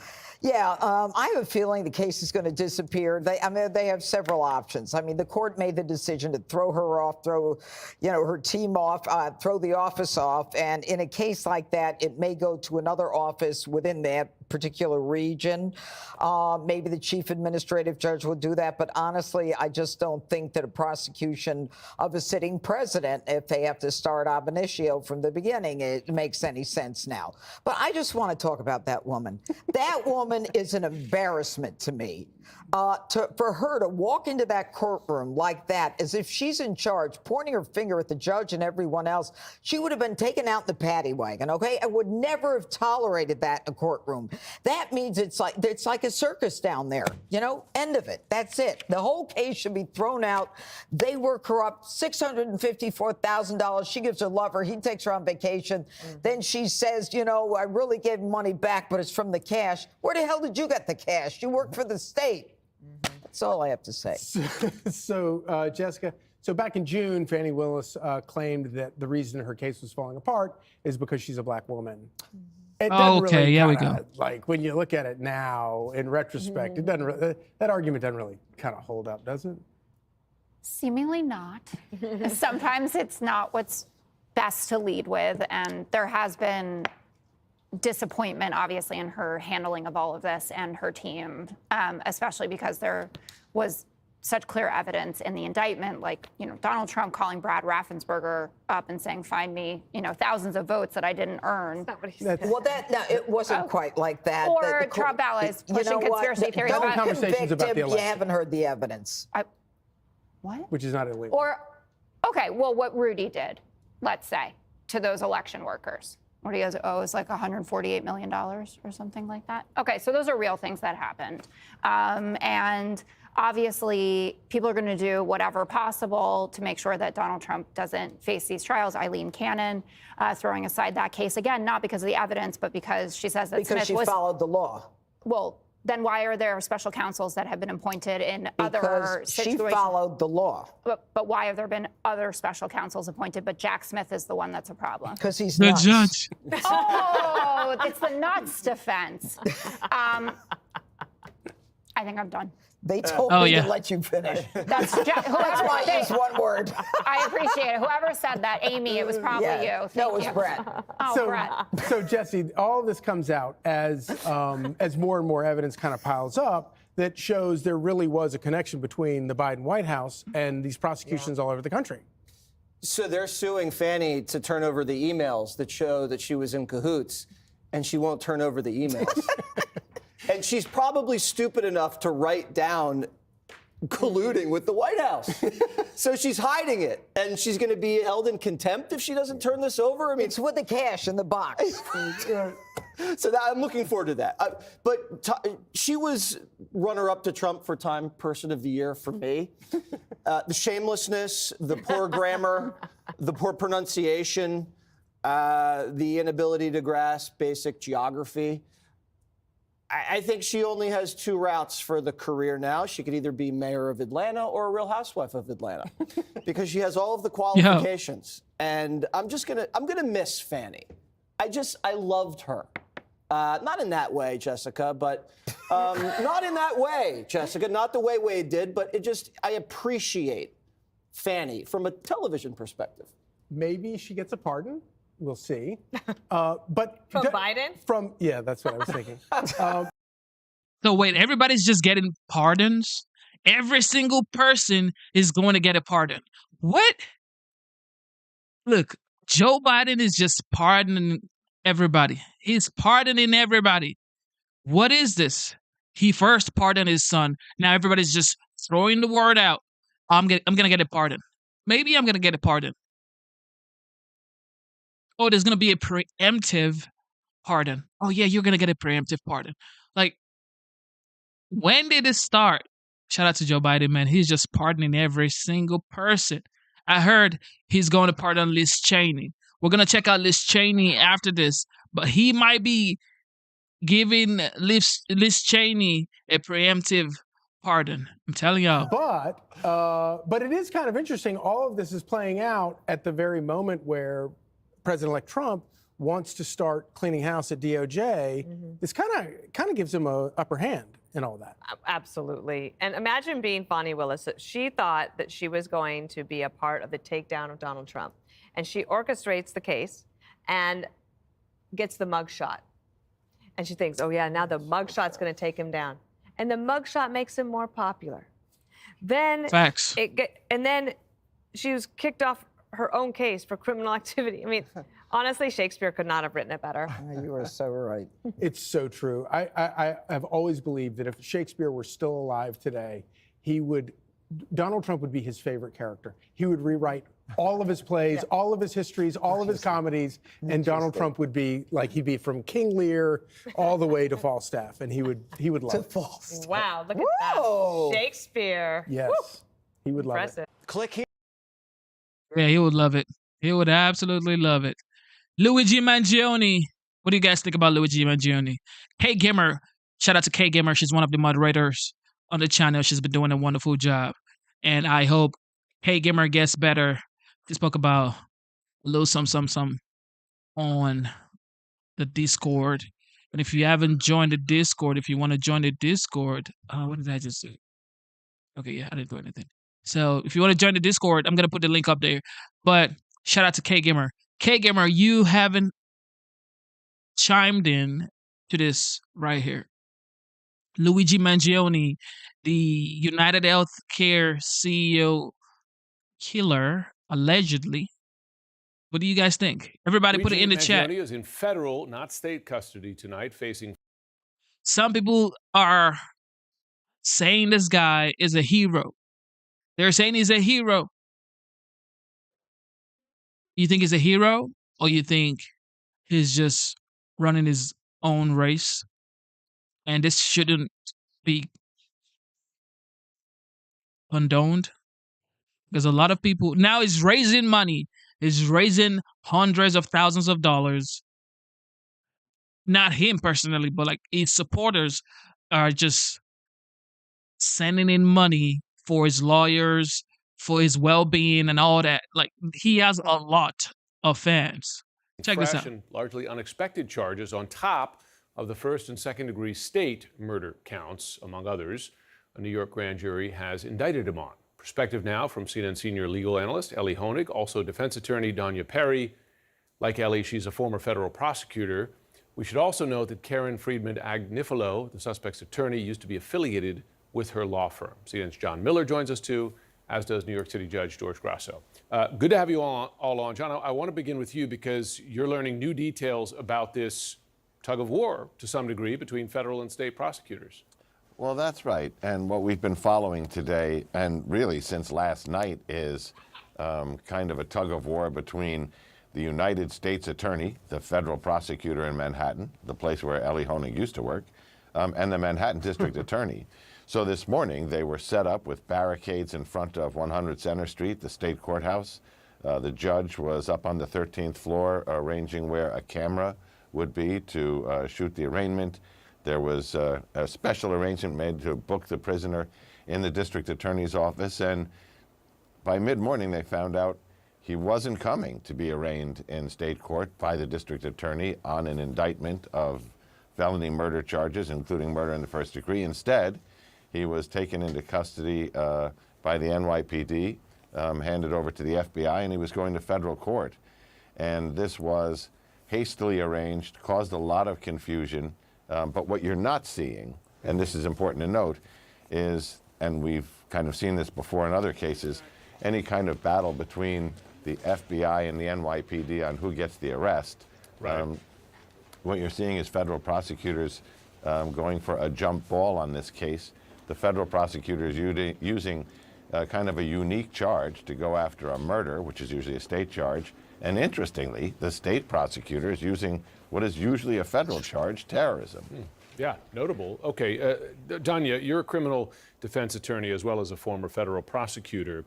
It struck me, as Shimon noted there, that we heard something of a potential line of argument from Mangione's defense attorney, noting the differences between these two cases, the New York State charges with a terrorism enhancement for causing fear or attempting to strike fear among the population, and the federal one had a stalking element to that. I wonder, as a defense attorney, do you see an opening there for the defense to say, hey, these two are somehow conflicting? I'd like to say that I do as a defense attorney and as a former colleague and friend of Karen Agnifilo's, but there's no tension really to exploit at all. The federal and the state charges can be largely overlapping. They could really actually be the same because they're two different sovereigns. They could be wildly different, and there's no basis, there's no defense or legal argument that I could think of. So analytically, it's kind of interesting, and that's true. And what was just said is also true, that typically the terrorism charge is a federal one and stalking is a state one. It's all, a little muddled right now. As you said, I think I was doing a podcast with Karen by mid-morning. She still thought she was going to arraignment in state court. And so there's a lot up in the air and a lot of unknowns. But I think that one was just almost more looking, comparing, and contrasting the two charging instruments and saying, that's interesting, but of no moment legally. Ellie, some have raised questions about the risk, given the enormous and somewhat shocking outpouring of support for Mangione in the wake of this horrible cold-blooded murder, concern about jury nullification in this, in which case a jury might say, yeah, the evidence.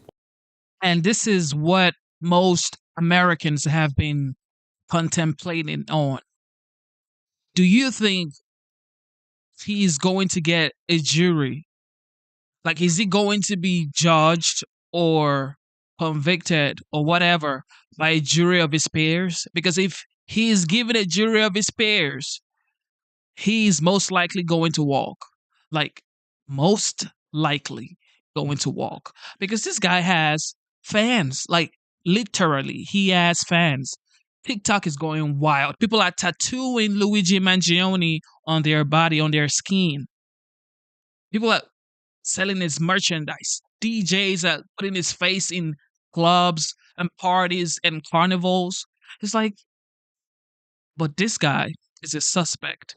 He is a suspect that gunned down the UnitedHealthcare CEO. And don't forget, the UnitedHealthcare CEO guy has 2 kids, 2 little kids, but nobody's talking about those little kids. People are saying Luigi Mangione is a legend at this point. And now they're calling for more, I guess, jungle justice for the CEOs. And it's just unthinkable. But this is where we are right now in America. Towards conviction, but we're still not going to convict him. What is your level of concern about that as a possibility? Well, Jim, I was always worried about jury nullification, even in the most routine cases I handled as a prosecutor. All it takes is one juror and you have a hung jury. So it's always the kind of thing that keeps prosecutors up at night. And yes, the risk here absolutely is elevated. I've never seen an outpouring of affection and support for a defendant charged with a vicious murder like we have in this case. However, I want to say a couple things. One, the jury selection process is really effective. Not perfect, but really effective at weeding out people who were biased. We saw it in the Trump trial. We saw half of the jury just got up and walked out because they felt they were too biased. The other thing is, it's one thing to pop off on social media, to post a meme or something. It's another thing to sit through weeks of evidence about someone who shot someone in the back, to get a jury instruction from a judge like Judge Grasso, who tells you your job is to apply the law and then to nullify. So yes, you have to be aware of it, but there are important systemic controls here against it. Yeah, and listen, every time that video comes up, as we just showed it there, it's and the planning that went into it,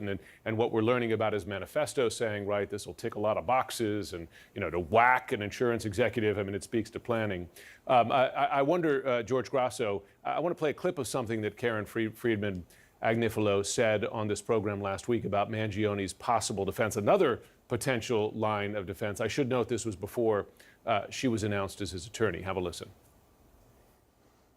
The evidence is going to be so overwhelming that he did what he did. And I hear what you're saying about being radicalized. I hear what you guys are saying. But as a former prosecutor in that office, I would be concerned that you have someone who is a valedictorian of his class. He was brilliant his whole life. He comes from this great family. I mean, something changed, right? Significantly, something changed. And they're going to, I think, potentially have a not guilty by reason of insanity potential defense. She's now his lawyer. George Grasso, do you see that as a potential line of defense? Well, I know Karen well and I respect her, but frankly, I don't see it here. And the reason I don't see it is because there's so much publicly available information. Like, for example, I read the federal complaint today and a lot of other data.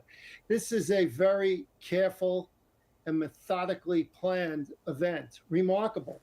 And credit to the NYPD is they were able to put in hundreds, if not thousands of hours to make an almost reverse documentary of the actions of this individual. So to show insanity to the level that he would be excused criminally, I think is a long shot.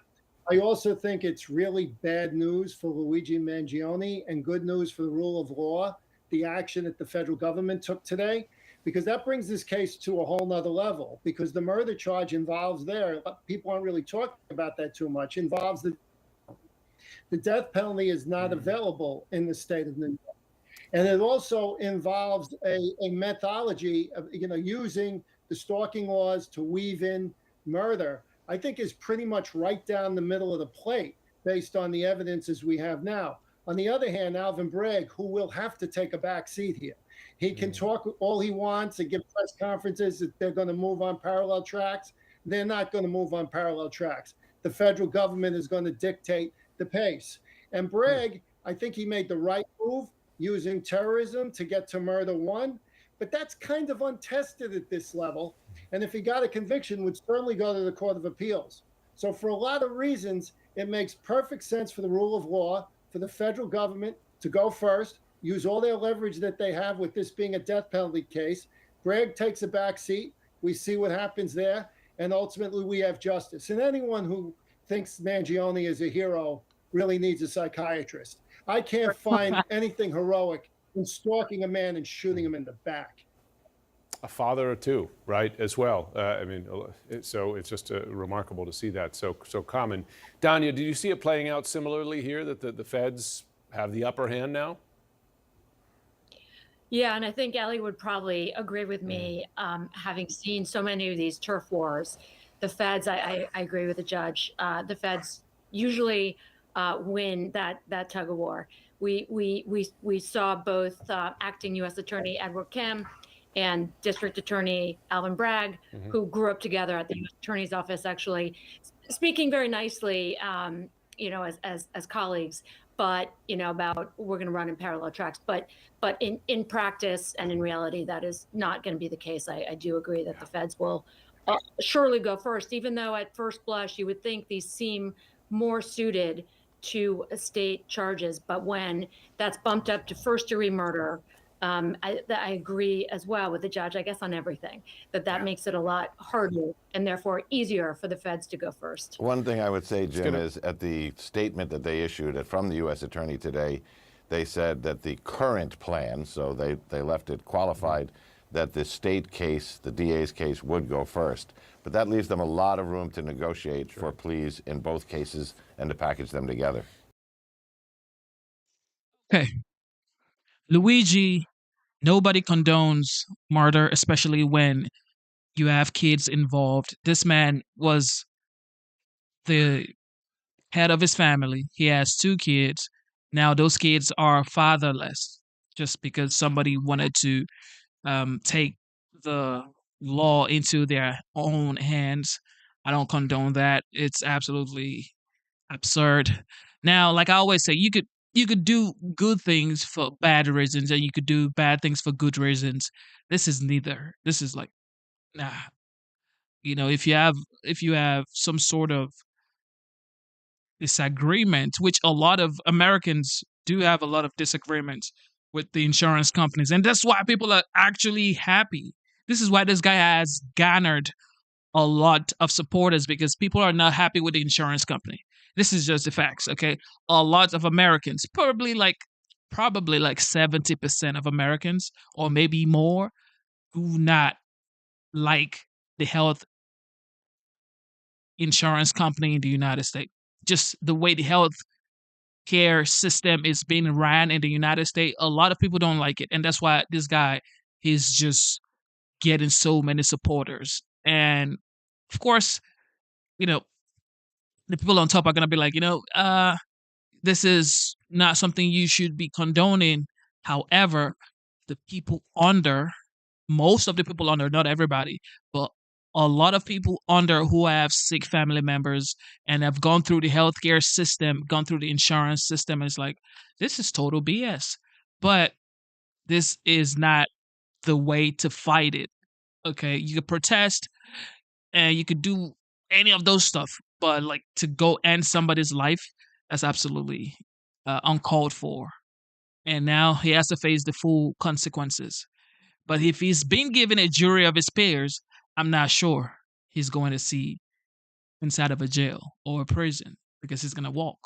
And like you heard, they're saying he might be, his lawyers might be going for insanity or whatever. But it is what it is. But I want to show you guys this right here. I want to show you guys right here. Party City is closing down. Party City is closing down, y'all.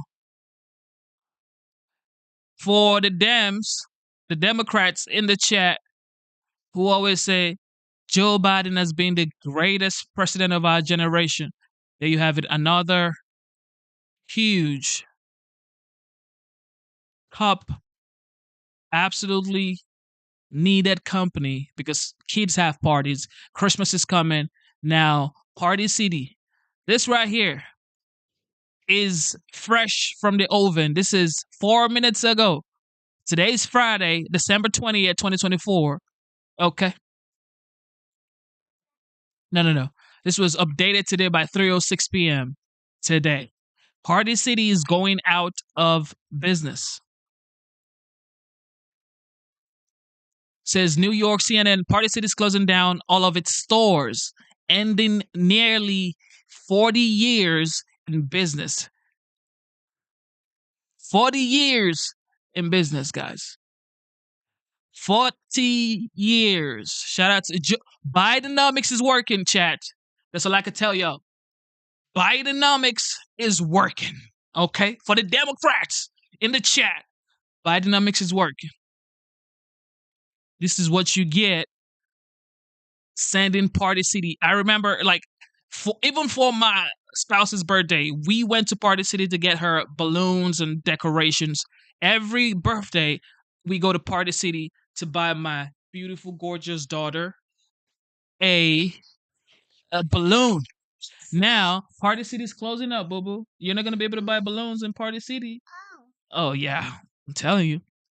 But we're going to figure it out. Yes. What is that, a slime? No. It is a bracelet. Bracelet. Mm-hmm. Look at clear, too. So, Party City is gone, y'all. All gone. Kate Gimmer says, I love that store. It's been around for a long time. Absolutely. It's been around for a long time, but now they have to go. Shout out to Bidenomics. This is what you get. This is what we get. Bidenomics. You can never make this up. Like how many top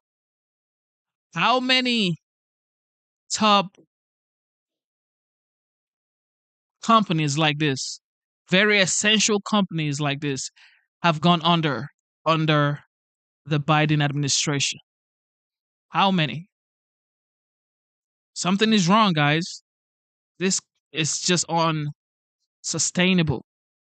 It's sad to see a big, necessary company like Party City go under. Party City is closing, to a couple of employees Friday's being viewed by CNN. CNN is walking down, pressure, Party City is very best for that not being enough to overcome its financial challenge. Imagine they have financial challenges. Despite their very best effort, it's just not going to work.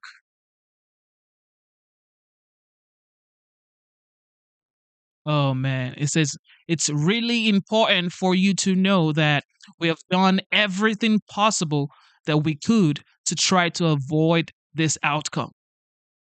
But of course, Bidenomics ain't gonna let it work. Biden goddamn nomics. This is what we get, guys. Party City is down. So if your child is having a birthday party, or you guys are having like a little whatever get together in your yard, balloons and all that, you're gonna have to go to Walmart. You're going to have to go on Amazon.com. But this is what Amazon.com is going through right now. You can never make this up. Bidenomics. Listen to this, man. Amazon is going on strike. What? Amazon is going on strike. Christmas time. Not great timing. Thousands of Amazon workers striking today, just 6 days before Christmas. The strike happens in big cities from Atlanta to San Francisco. So will those packages that you ordered, I've got some of them out there at this point, are they going to make it in time for Christmas? Let's go to Fox Business correspondent Madison Allworth, live at the picket lines here in New York. Hi, Madison. Hey, Martha. So Amazon is saying that they're not going to have disruption, that packages that were It's over. We did witness 2 arrests. The first one happened. Oh. With our union, but they failed to do so. They're ignoring us. They're ignoring the law. So we're here to send a message that Amazon has to come to the table, respect the law, respect us. And so obviously people watching at home, we're so close to Christmas. They might be thinking, why now? Why do this with just... There you have it. Even Amazon is going on strike. What is... Wait. Somebody has to wake Joe Biden up and say, sir, what is going on? The whole country is going in shambles. People are striking. Well, Jeff Bezos has been spotted with the 47th, where he, well, I guess demanded for, well, he can't demand nothing. He asked for a dinner meeting with the legend, and he got it. Too sad that during the holiday period, Amazon has to go on strike. Party City's closing up all stores across the United States. So now you can't even have parties with balloons. Okay? And you can't even order those balloons from Amazon. You can't. You can't. Amazon is on strike right now. Oof. Ladies and gentlemen, it's spicy. Too spicy. All right. Wanted to share that with you guys. Elon Musk is definitely a big issue. Elon Musk is definitely a big issue for the Democratic Party, as well as potentially some Republicans. Check this out.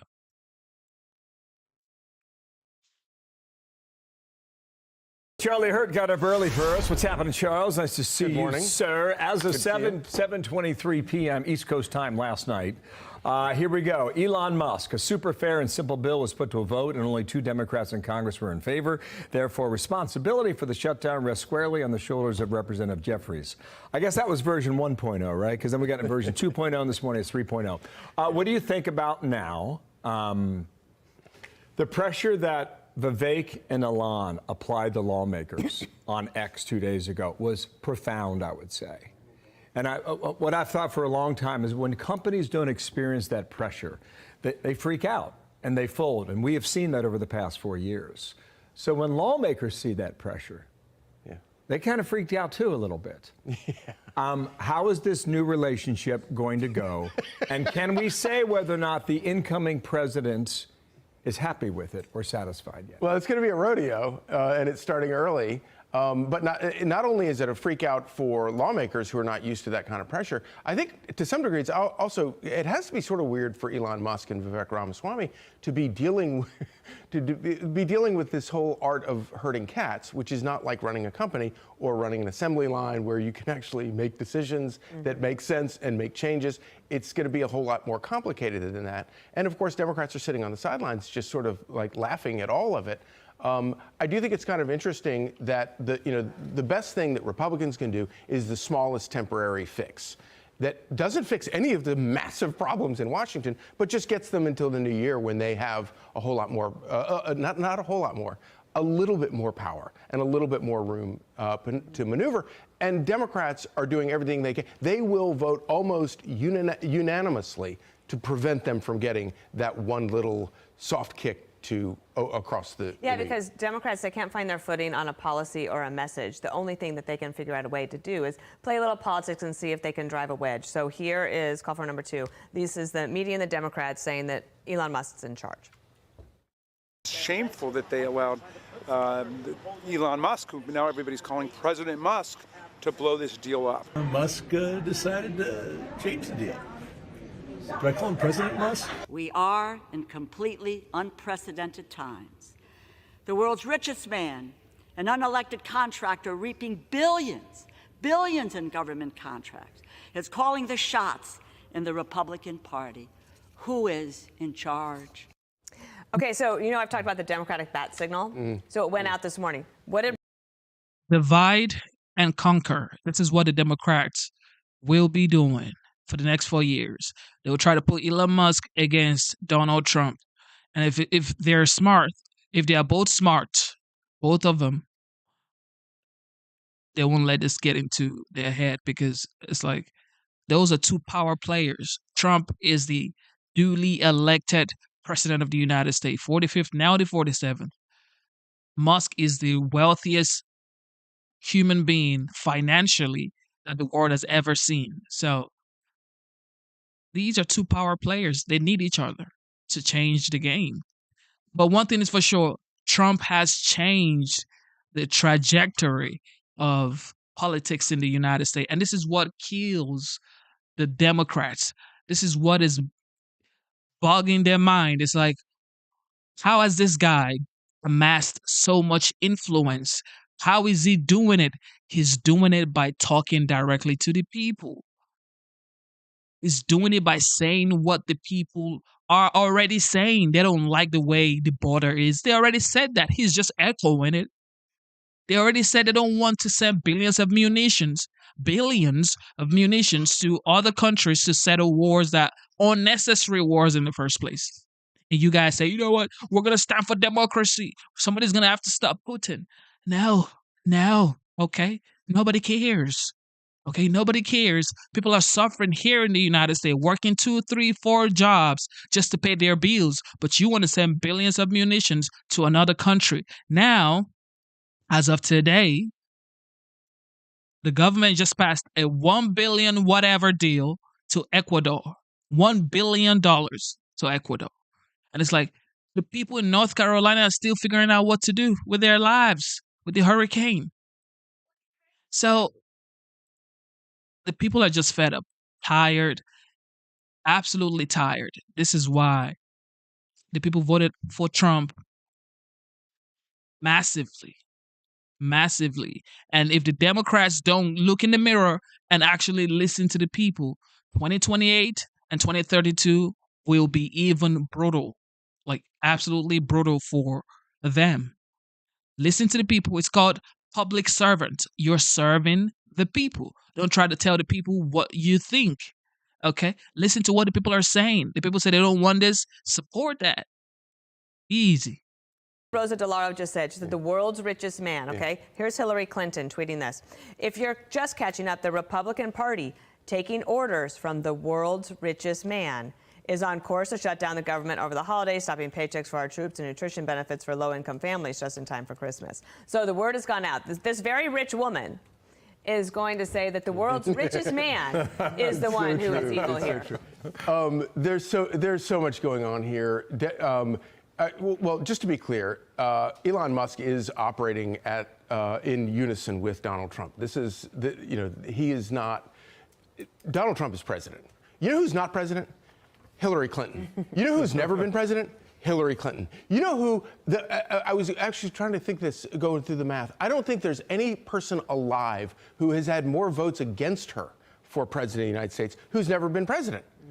And obviously, they're very good at playing these games. And this is why Republicans always get blamed for every one of these shutdowns, no matter how much it should fall on both, it's a pox on both of their houses. No. But they always win because, like you say, they put up the bat signal, they come up with a good line. However, I'm not sure that this works this time long term. The problems are so huge and intractable, and the megaphone has been sort of passed around a little bit. Donald Trump has a pretty good megaphone these days, which is why he won the presidency. And if you're willing to break things to fix things, and to spend your political capital, and to spend all of your political capital, and we've seen that with Trump, that he's willing to do that, then I think that long term, this is going to be a really ugly couple of weeks, probably a couple of months. You're here for it. We're here for it, but I also think it's possible it could wind up ending differently. A couple of things that we will pick up on as themes throughout the day today into the new year. Voters voted for substantial change. Yes. 56% in our voter analysis. Of the 56%, 70% of them voted for Donald Trump. Let me finish here.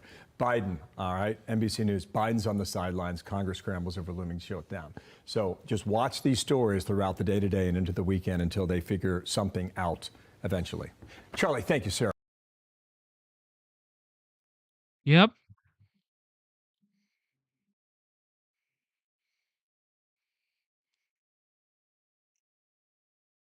New report claims First Lady Jill Biden is seeking revenge for Democrats' poor treatment of President Biden.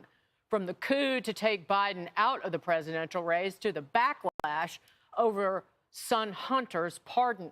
The First Lady is reportedly urging President Biden to, quote, settle the score with several one-time allies. Quote, Jill views Democrats on Capitol Hill, the wider party, the Obamas, staff inside and outside the White House, the media, and all of Washington, D.C. with such misguided resentment that I can't imagine she isn't encouraging Joe to burn the whole thing down. Thank you for tuning in to the live show. You know what time it is. It is your boy Genesis. This is what I always ask the people who keep saying that Joe Biden was one of the greatest president of our own time. What did he accomplish? Can you put it in the chat? And don't put in the CHIPS Act, okay? Because that's the only thing the Dems always say. The CHIPS Act. He put in the CHIPS Act into play. And he did the infrastructure bill. CHIPS Act, infrastructure bill. CHIPS Act, infrastructure bill. That's all they keep climbing on. CHIPS Act and infrastructure bill. Border in shambles. Foreign policy absolutely wild.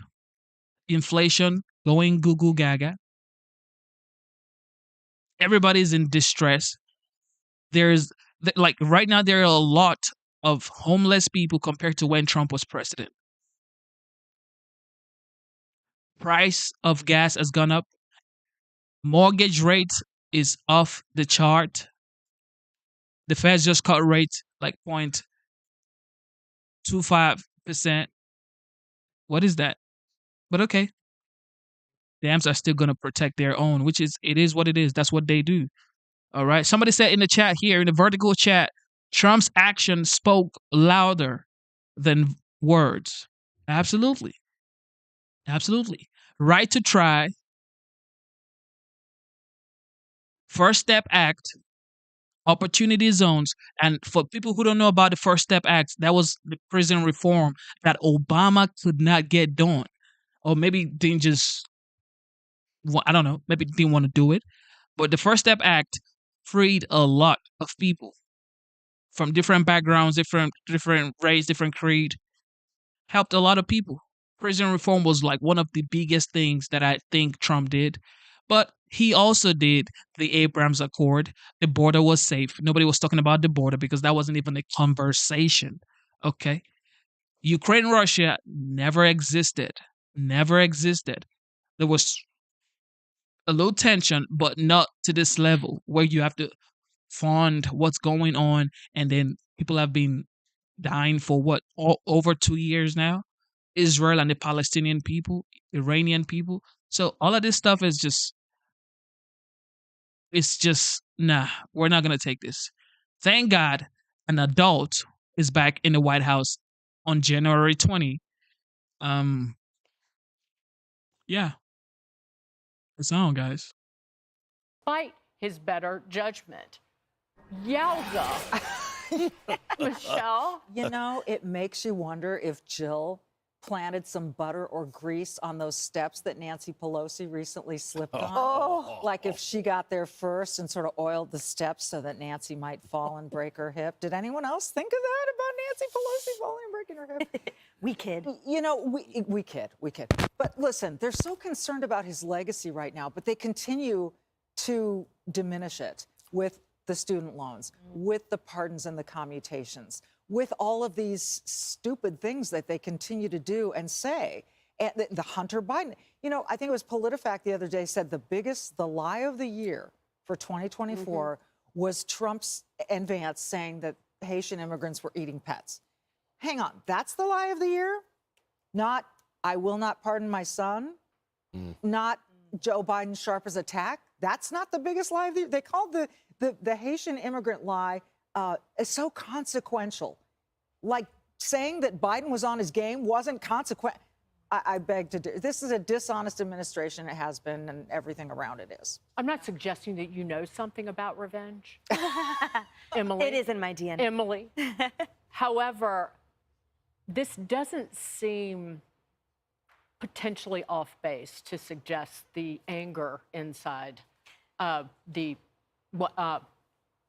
executive quarters. And if you take longevity as any indication of actuality, then we've been hearing since before this president was president that Jill Biden had a massive issue, for example, with Kamala Harris, that she carried a chip on her shoulder for the offense that she took on behalf of her husband. That frequently throughout the entire 4 years and prior to that, she took personal hubris at how her husband was treated or things that was said about him. I also think it is no secret that she was the gas behind the vehicle of having him run again. I think that he shoulders a ton of the ego blame, but there was definitely, when you talked about how the agencies can run on their own for quite a while, you know, or at least for some time without truly a leader, I don't know if he would have declared for a second term, frankly. And I think given the volume and energy on her side, it was clear that the gas was coming from her. So it, yes, makes sense that the anger is shouldered by her as well. And I think, look, we saw all the wearing red. I do think she voted for Trump. And I think she is gleeful that Kamala did not win, as is her husband. They are very happy. Remember, she essentially ran the last cabinet meeting. And there had to be someone it had to be Jill Biden propping Joe Biden up for the last several years. I sat on this sofa not last July, but July last year, talking about we could see that he was in cognitive decline. Any American could see what was going on. And she spent time with him morning, noon, and night, so she knew better than anybody the cognitive decline that we all saw. She knew it better, and she didn't care. Let's think about the rest of Jill Biden's life, though. So she spent the last 4 years, really the last probably 15 years or more, being able to fly around the world, being greeted as some kind of an honorable figure, which she still is. She's going to be a former first lady, but she's had a meal ticket with the Biden family, business, whatever that entails, right? We'll probably never know. But think about the rest of her life. She's going to be pushing probably Joe Biden around in a wheelchair, having to tend to his needs. She's not going to have the fanfare. She is angry, not the Democrat Party. She's angry that this is over for her, and she's bitter about it. I watch enough Real Housewives to know exactly what Jill Biden is feeling right now. And it's the hatred of the fact that all of her glamour and esteem is slowly trickling away, and she's not going to go out without making some waves. And guess who the soon-to-be former first family might have to live with in Delaware? Hunter. Yikes. Well, party at their house. I'd be bitter. Any street cop will tell you, I'm glad you guys came to me last, because any street cop will tell you, it's a lot easier to get in the middle of two guys fighting than two women fighting. And apparently Jill really has it in for Nancy. Facts. Well, my question is this. They want to burn the whole thing down. I want details. Burn what down? You lost the House, you lost the Senate, you lost the president. There's nothing left to burn. You know, the sinking ship. Right now, the USS Democratic Party has slipped beneath the waves. There's nothing really left here. So I don't know where all this is coming from. And it scans to me like a fight in the day room of an old age home. Oh. I mean, really, what are they fighting about? Pelosi, Jill Biden, you know, retire already. A lot of Jill Biden. Kay Gimmer says she probably voted for Trump because you saw Trump used her image to promote his fragrance, the 47th Fight fragrance on Truth Social and on X as well, I think so. But the way she was looking at the 47th president like some hero, like, my knight in shining armor. So she was looking at him in that picture, as well as her daughter, like the father I never had. But yeah, she probably voted for Trump. But also, Joe Biden is just, it looks like he's relieved. He's just fully relieved of all of his duties, ready to go and relax and just watch the dominoes fall. Because it's like, look, I told you guys, and I gave you Kamala because I know she wasn't gonna win, because I told you guys to leave me up here. Even if I'm falling off stairs, falling off airplanes, and slipping on world stages, then just let me do it. But I need to be the next president as well. But they said, nope, you can't do it because you were a disaster. Democrats have a huge problem coming forward. New developments to bring you surrounding those mysterious drone sightings in New Jersey. The FAA just announced nearly 24 temporary restrictions banning drones from being flown in certain parts of the Garden State. The agency citing, quote, special security reasons. CNN aviation correspondent Pete Muntean is here with all of the answers. Right, Pete? Yeah, not the first time that drone restrictions have been put in place since this drone frenzy began, but this is by far the most sweeping set of restrictions we have seen. Now, the Federal Aviation Administration just made this announcement. Drones now effectively banned over certain critical infrastructure in New Jersey, the epicenter of this drone panic. Temporary flight restrictions are now in place over 22 different spots. They stretch from as far south as the Oak Creek and adjacent Salem nuclear plants on the Delaware River to as far north as the New York City suburb as Cedar Grove. Each drone ban is centered on a power station operated by utility provider PSEG. Target here, clearly recreational drones, commercial drones, police, disaster relief, all still allowed. Also, this does not prohibit traditional airplanes or helicopters.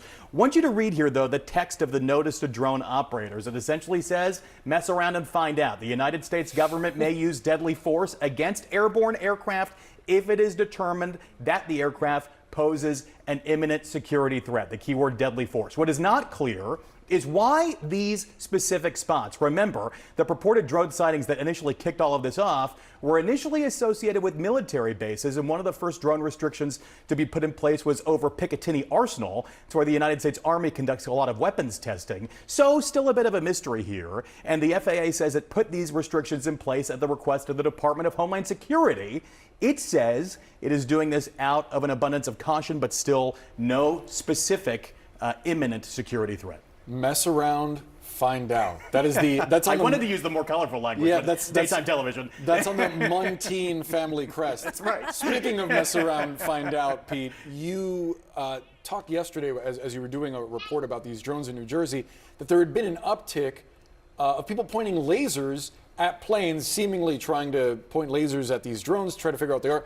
Obviously, a very dangerous situation for airplanes, and the FAA is now putting out a warning. Super dangerous. You can buy these laser pointers online. I have one in my desk drawer, $29 from Amazon. That's the image there from a passenger on an American Airlines flight that was going from Raleigh-Durham to LaGuardia. He said he saw this blue laser illuminate the plane over New Jersey. This was last Friday. Now the FAA says there's been a huge uptick in these laser strikes. Typically, the FAA gets about 30 pilot reports nationwide every night. Every night. Just this past Tuesday, the FAA got 123 nationwide, 24 of them over New Jersey. So essentially, average day in the U.S. localized entirely over one state. And the big risk here is that this can temporarily blind pilots. And this is typically during some of those critical phases of a flight, when you're down low about to land or taking off and still climbing. So it's a really, really dangerous thing. An $11,000 fine from the FAA, and it is a felony. Bad news. Good warning, though, that it's out there. Mess around, find out. All right. Pete Muntean, thank you so much. Anytime. Well, new this morning, the FAA has placed multiple drone flight restrictions over certain parts of New Jersey. The restrictions are largely aimed at limiting drone flights over power stations and infrastructure. And this announcement comes as officials have repeatedly said there is no threat with the increased alleged drone sightings in the Northeast. My next guest, Will Austin, is an expert in drone technology. He's president of Warren County Community College in New Jersey and founder of its drone program. Well, thanks for coming on. First of all, what do you make of these drone flight restrictions? Do you think that they're necessary? Well, I think at this point, with the way the public is seeing drones, that it's probably necessary to put up the temporary flight restrictions over areas. The nice thing about that is when we talk about the drones that I've personally witnessed over the last month, they're small recreational drones, small commercial drones, and they have a technology in it called geofencing. So they can stop the drone literally midair from entering into one of these areas. And if you're already in the area, the propellers on many drones will not spin at all, so you cannot take off. Well, someone listening to this right now might say, well, why hasn't that been done before to prevent some of these incidents that are happening, like near Boston Airport and military bases? Yeah, so not every drone has that technology in it. We have to remember that drones have been around since before 2016, before there were even rules. I was flying drones before Part 107 came out. And the other thing that people sometimes forget is that these are aircraft. We're calling them drones, and a lot of times you got them off Amazon, or maybe you got it out of Best Buy or Walmart or some other kind of store like the hobbyist store. So they're often mistaken for toys. They really are not. They are aircraft that have to follow all the restrictions of the Federal Aviation Administration. And we've had drones in the sky for many years now with very, very few incidents. So most of the drone professionals or drone flyers out there are very conscientious of the rules. And we maintain to this day the safest airspace on the planet. The FAA does a fantastic job of doing this. So we want to remember that They keep saying the safest airspace on the planet, the world, on Earth. But it's like you don't even know what's in your own airspace. Why? Why? a month now since I first heard about the drones. No one has seen a large drone as described, or at least not been able to provide evidence, I should say, for that. And the small drones have had very little incidences. But with the media attention, we got a lot of people, I think, flying at night for the first time. And flying at night is much more difficult than flying during the day. And the FAA is saying that pilots are now reporting a dramatic increase in laser pointer hits from the ground since these mysterious drone sightings and since all this attention has been paid to it. How concerning is this?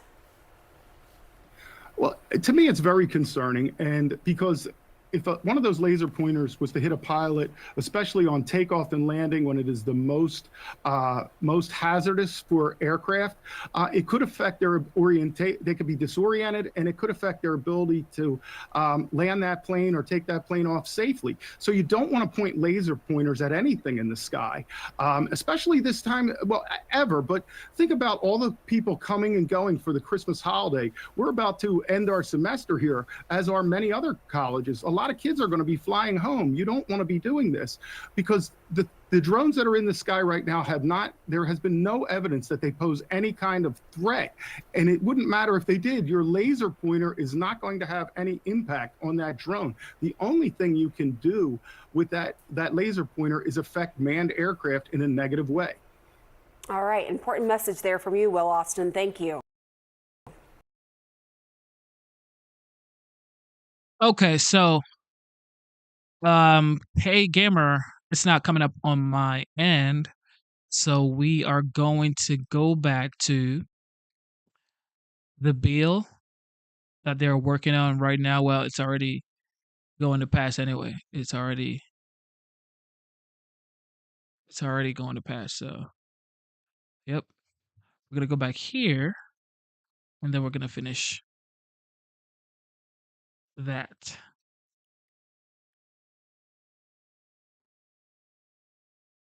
Shout out to Zimmer. Good night, bro.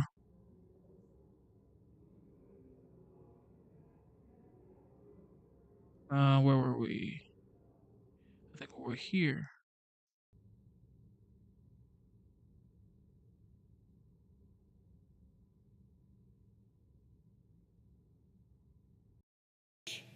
of medical research in this country is devoted to pediatric conditions. I thought, well, pediatric, under age 18, maybe it's, 12% of the population, so I guessed 12%. They said less than 1%. Less than 1% of medical research funding in the NIH and other agencies was devoted to pediatric conditions. There was a kind of a, it was a conventional wisdom that, no, we don't put research into that, but if we can research adult conditions, we can kind of apply it to pediatric conditions, which everyone here knows that's not the case. Many pediatric conditions are very different than adult conditions. So I began to work with the Miller family on a bill to increase research at the NIH and other federal agencies for pediatric conditions, especially pediatric cancers of the kind that killed Gabriella Miller.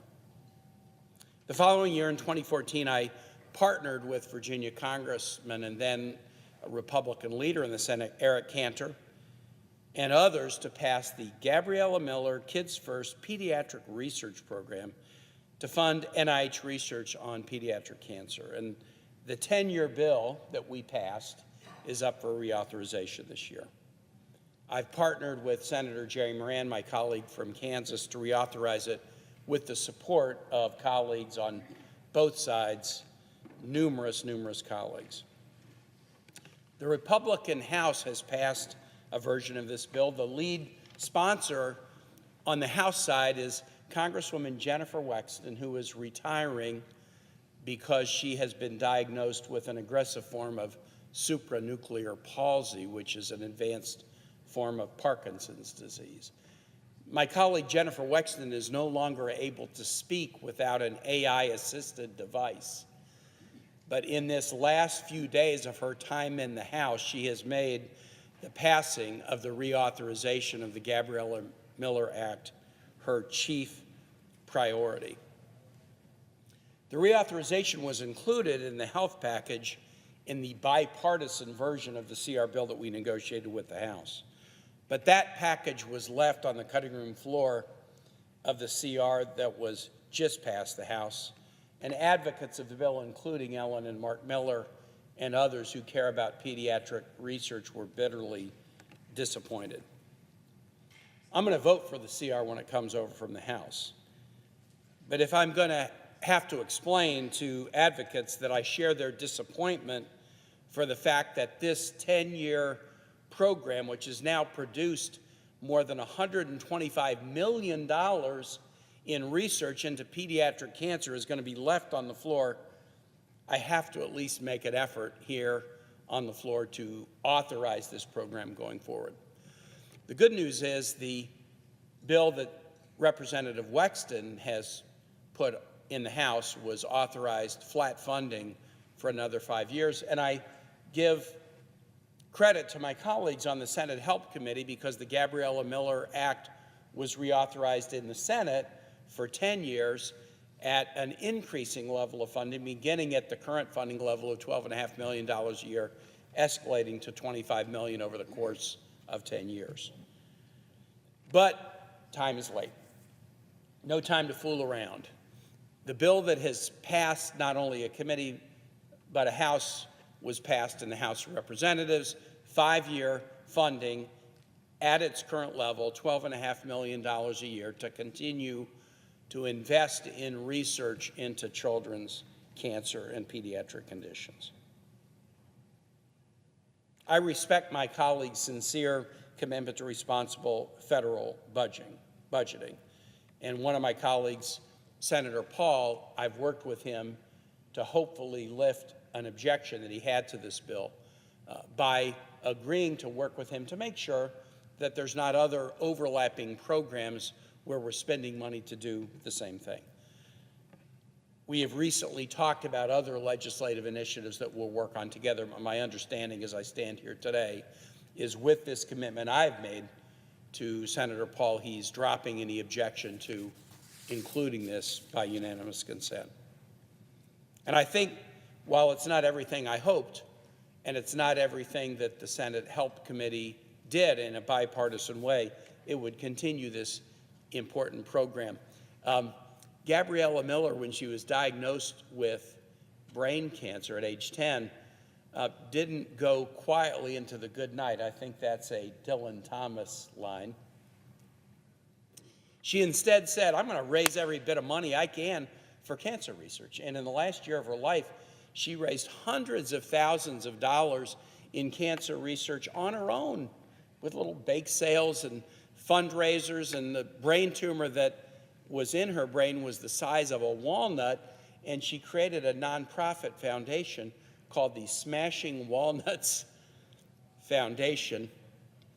And the comments that I make tonight and the effort that I undertake with Representative Wexton truly are to honor her and to thank her parents for their advocacy.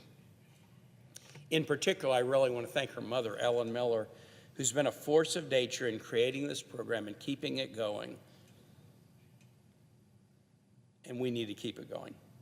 It's bipartisan, it's bicameral, and it's making groundbreaking research possible. I ask my colleagues to let it pass into law.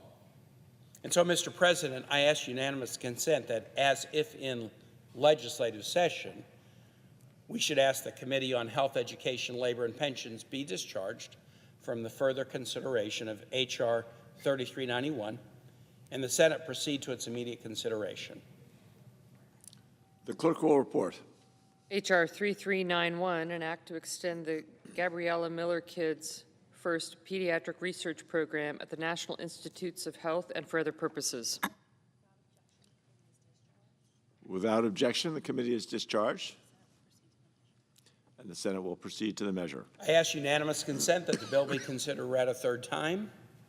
Without objection. I know of no further debate on the bill. Is there further debate?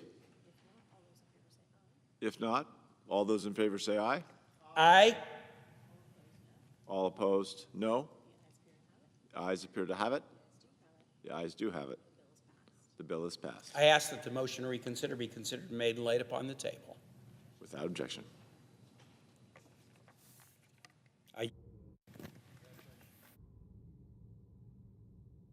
That was a very touching story. On to the next. This is pretty I'm cool. not sure if that's good news or bad news. People need to know, yes, the government will stay open and it will not be chaotic. Congress can adjourn, which is probably a good thing when Congress adjourns. But the thing about government staying open is we will pass something called a continued resolution. What does that mean? It means we're resolved to continue. Continue as we have for really decades. We will continue to spend money regardless of whether we have it or not.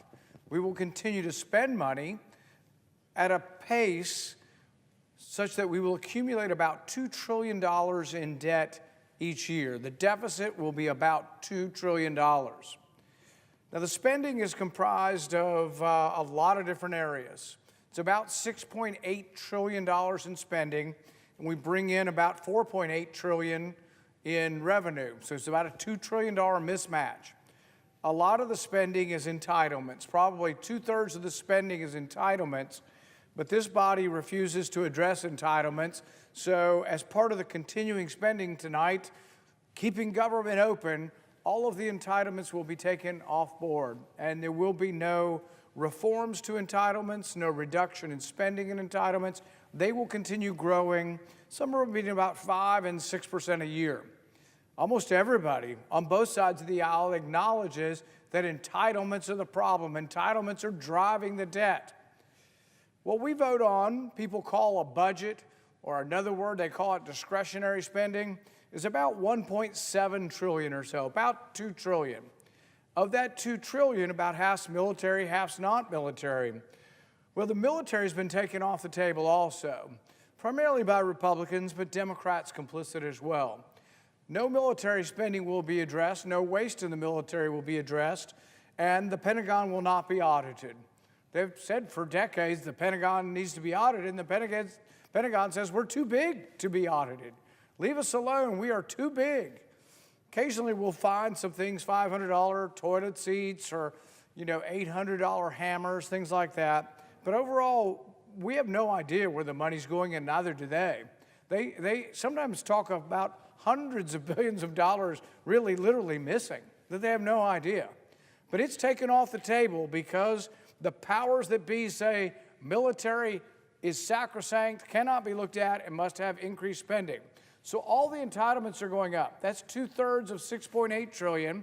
The remaining $2 trillion is half military. It's going up, and nobody's looking at it either. So we have discretionary. Non-military discretionary spending is part of the budget also.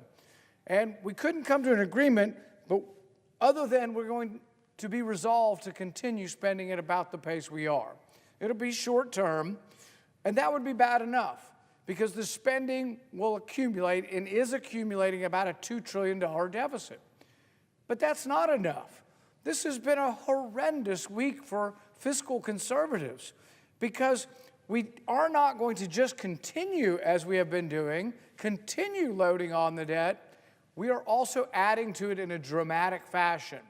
This week, there'll be $330 billion added onto the spending. $200 billion of it will be for Social Security. And you say, well, we should want to help people. Why wouldn't we give people or senior citizens more money? Well, if we give new people more money, we have to take it from somewhere. We're going to have to either borrow it or we're going to have to print it, but it has to come from somewhere. Money doesn't grow on trees. So $200 billion increase in spending for Social Security. Where's the money going to come from? Now, I will offer an amendment that would pay for it. My amendment would be to raise the age gradually of Social Security, 3 months a year for about 12 years, and that would pay for the expansion of benefits.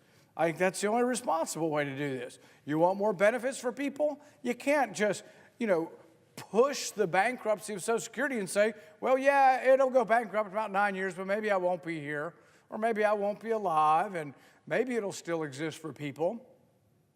But shouldn't we care about what's going to happen to the future of Social Security? Shouldn't we care about how this is going to be paid for? But it'll be interesting to see how the vote is. I suspect I won't win, but we're going to have a vote on gradually raising the age.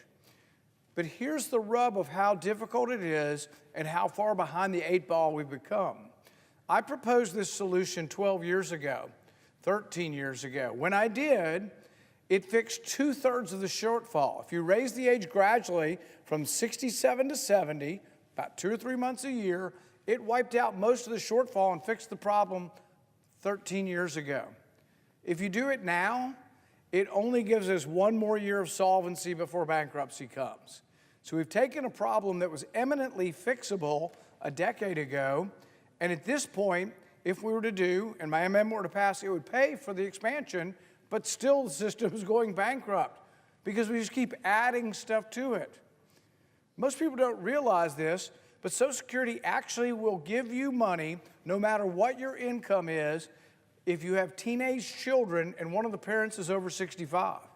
Now, somebody thought up this program and said, wow, this would be good. We should help out elderly parents that are taking care of teenagers. You can be a billionaire and file. I know people who are wealthy, whose kids drive Porsches, who are getting $1,500 a month for each of their kids because the dad is 65. Why would we do a program that's not based on income at all? Why would we let anybody join in that? Is that why Social Security is going bankrupt? No, that's just an element, though, of where the money's going. But everything that happens in the city is based on compassion. I feel for people and I want to help people. But nobody does anything based on math. Nobody really looks at this and says, well, shouldn't we do something to make sure it's paid for? What about next decade? What's going to happen to Social Security? Not a care. They just expand it, and it's feel good.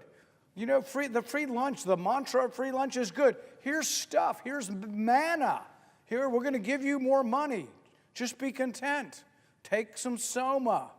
Just relax. Here's some more money. But we're destroying the entitlement programs. Social Security is going bankrupt, and we sped up the bankruptcy this week by adding $200 billion. That is going to be concluded tonight. That's $200 billion in brand new spending to a system that was already $2 trillion short. Now, we also gave $30 billion to farmers. That's going to be in the package tonight, too. Now, why do the farmers say they need money? Many farmers are actually pretty well off and doing pretty well, actually. But they say that the tariffs during the first Trump administration hurt them so badly that they're still having reduced exports and they need more money. So we're still paying them for the tariff wars that were begun 4 years ago, and still half the people in the country are jumping up and down saying they want more tariffs. But what are we going to do, pay off everybody that doesn't benefit from the tariffs? Think about it. If you put tariffs on a steel mill and you say, well, we're not going to let the Chinese sell any steel over here, you have this bright, shiny steel mill and all the 1,000 workers stand in front and they love you because you're going to help them with their jobs and they're going to be more secure. But for every person making steel, there's 80 workers working somewhere buying steel. So what you do is you just ignore the other half of the equation. Why? Because it's easy to see the shiny steel factory. It's easy to see those workers. The 80 workers that are working for other industries, car industry, building warehouses, anybody that uses steel, fences, all these people buying stuff are scattered through small industries and you don't see them. But their economic impact at least equals, but probably exceeds, the one you're trying to benefit. We do so many crazy things. So $200 billion to expand Social Security won't be paid for, speeds up the bankruptcy and demise of Social Security. $30 billion for farmers, many of whom have other resources and really are not desperately in need of this. What happens to the borrowing? $230 billion. Well, that's not over. We also are adding $100 billion for disaster. And you say to yourself, well, you know, we got to help people in need. They've had storms, they've had flooding, we got to help them. Well, shouldn't we try to root out the waste and fraud in those systems, the people who are stealing money from these things? If you want to know how people steal things and how many people are stealing things, when we did all that COVID stuff, we stopped the economy and we just gave free money to everybody. We actually had foreign scoundrels, foreign fraudsters come in and take tens of millions of dollars, but we also had U.S. citizens, you know, buying Lamborghinis and Bugattis and all kinds of fancy cars on their government. We had people signing up for the program. One of them used an ID that had a picture of Barbie on it and got money. Many of them said, oh, I have 500 workers, and they didn't have any workers. They didn't have a business. So just fraud was rampant throughout it. This happens also in the disaster relief programs as well. People claim things they lost in disasters that didn't exist. But let's put that aside, the waste and fraud in the program, and say, we got to help people. We got to do something about disasters. Well, maybe there ought to be a decision-making process where we say, what's more important, Ukraine or Asheville, North Carolina? Do we have enough money to do both? Well, we do if we borrow it, but when we borrow it, we add to the debt, the Fed buys the debt, and you create inflation. It's no mystery why your goods cost more. During the last 4 years, groceries, meat, poultry, gasoline, rent, everything's gone up on average at least 20%. Now, did it become more precious? Did we all of a sudden lose a supply of things? No, the dollar became weaker. The dollar became diluted because we had to buy all this debt. So it's a bait and switch. What we do is we expand, you know, this week, $200 billion for Social Security, $100 billion for disasters, that's $300 billion, $30 billion for farm subsidies, $330 billion unpaid for. But the people here gathered, the vast majority of them that will vote for this will go home, pat themselves on the back and say, I brought you stuff. Isn't that what you want me to do, bring you free stuff? Well, it's not free. It has ramifications. They're destroying the dollar. They're destroying the country. And yet it goes on. Because it seems to be easy just to promise people something for nothing. So I have a couple different solutions. To pay for the Social Security, let's gradually raise the age. 3 months each year. And what it does is it actually pays entirely for this $200 billion expansion and then some. It has to be done. It will be done at some point. I offered it 13 years ago, and every year we've waited, we've gotten further behind the 8 ball, and every year we've waited, we've gotten to the point where it's much more difficult to dig out of this hole. As far as the shutdowns, I'll admit that it's chaotic to go through this every 3 months, every 6 months, every year. There could be a way that we could actually say when there is an impasse and both parties don't agree, we agree to continue spending, but not at the same level. See, the vote today on at least some of the budget, the part that's not going up like this, on a small portion, will continue at the same level. But realize 3/4 of it's going up. We're not keeping it steady. So if we vote to keep it steady, does that really fix the problem? No, if you keep it steady, and even if you didn't increase spending, the budget never balances. Why? Because you're only keeping a very small portion of the budget steady. It's really about 16%. 2/3, 66%, entitlements. The remaining third, half military, half non-military. Military is going up at 3%. Oh, that's right, I forgot. Republicans have a great plan. Come spring, the Republicans are by simple majority going to bust through the military caps.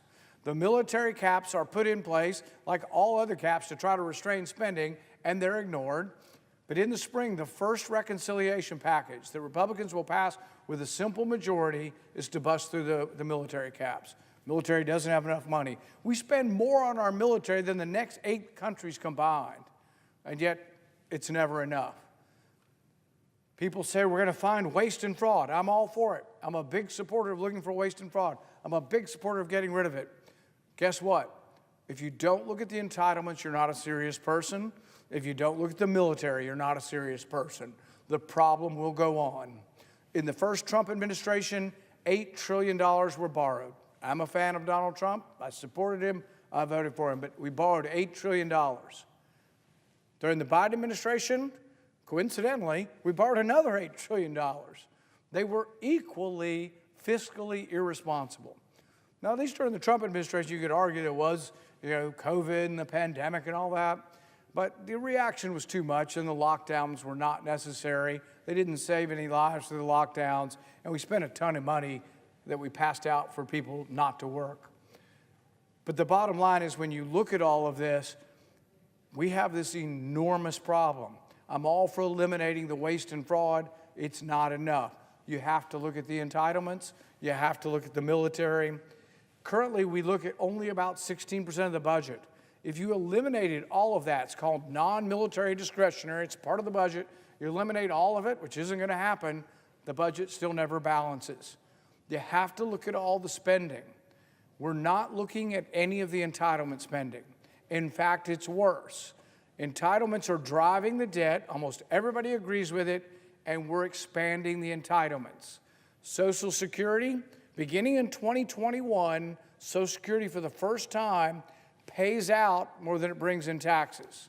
It was the opposite for many years. Social Security brought in more than they spent, and they actually developed and had a reserve. For the last 3 years, Social Security's been paying out more than comes in. 2021, they paid out $50 billion more than came in. 2022, they paid out $22 billion more than came in. Last year, we paid out $40 billion more than we came in. If you had a business, or even if you had a social program, and you were paying out more than you brought in, wouldn't you try to reverse that trend? No, what we did this week is expand Social Security by $200 billion over 10 years. It's $20 billion a year. So if the debt next year for Social Security is going to be about the same as this year, it'd be $40 billion. We added $20 billion to that. What's the math? A 50% increase in our debt. So for someone who's fiscally conservative, this isn't a very good Christmas. This is a Christmas of just doing the same old thing. So when you hear CR, or continuing resolution, realize your government is resolved just to continue doing the same thing. They're kicking the can down the road, the debt's going to continue to accumulate, and they're not doing anything to fix it. So don't be pleased with your people. Look closely. Who are my representatives, and are they doing the right thing? So we're going to offer a pay-for the Social Security. That will be one of my amendments tonight. We're also going to offer something called the Government Shutdown Protection Act. And what it will do is it says when there is an impasse, when Republicans and Democrats don't agree, that the spending would continue at a reduced level. The level we chose was enough to try to bring both sides together to actually form an agreement, but also we chose a number that would be enough of a cut to actually put us on a path to balance. So if my amendment were to pass, government wouldn't shut down from here on out, but the spending would be at a 6% reduced level. This actually balances the budget, and it's a pretty significant cut. Most of them will say, oh, it's too much, we can't vote for it. But the thing is even if my cuts were to go into place, even if my amendment were to pass, a 6% cut, it would take 5 years to get to balance in 1 year. Not to get rid of any debt that we've accumulated, but just to get to an annual balance. And they are like, oh, woe is me. We could never do it. We can't cut people. People deserve money. People deserve stuff. We have to give them more stuff.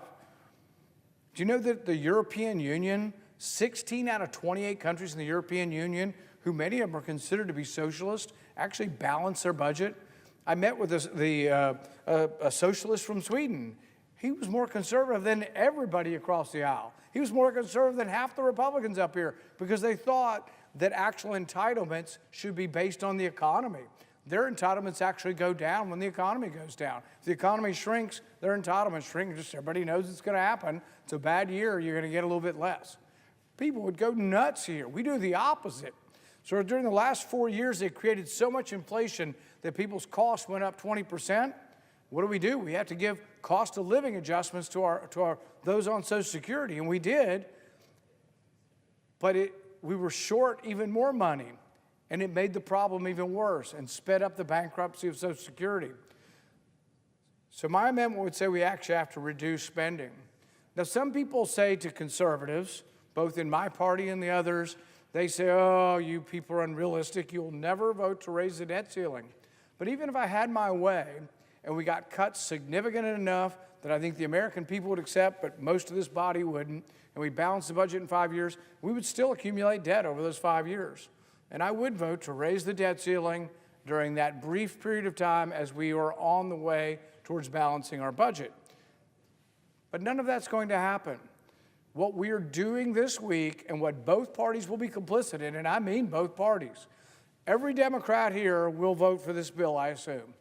Every Democrat will vote to continue to be resolved to spend money at a rate that is $2 trillion more than comes in. But half the Republicans will join them. There'll be a minority of Republicans who will say, we're conservative and we shouldn't spend this much money. But we will offer amendments tonight, and people will get to decide where they are. And people at home will have to decide, are we going to live this way? How long can we live this way? What causes inflation? Can we not have representatives who believe that balancing our budget is the appropriate thing to do? So the amendments I offer today are such that I think they're necessary. I think they'll help us to save Social Security from bankruptcy, but they won't be very popular here. But I offer them in hopes that people will see them across America and say, at least somebody cares about the solvency of Social Security. At least somebody has the guts to say, this is what we would do to try to save and preserve Social Security, rather than just giving free stuff to everybody and saying, no big deal, you can have more. What? You want more? Here's more. Somebody's got to ask how we're going to pay for this. Someone's got to be responsible up here, and if you watch closely who votes on this amendment, you'll see who are the truly fiscally responsible people in the Senate. Thank you, Mr. President. I yield back my time.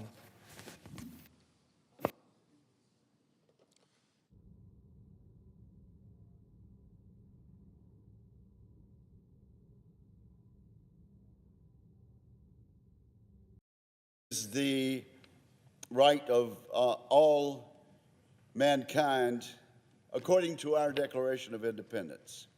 And the Georgian people rejected the Georgian Dream Party, which is really more and more becoming an arm of Vladimir Putin's Russian dictatorship.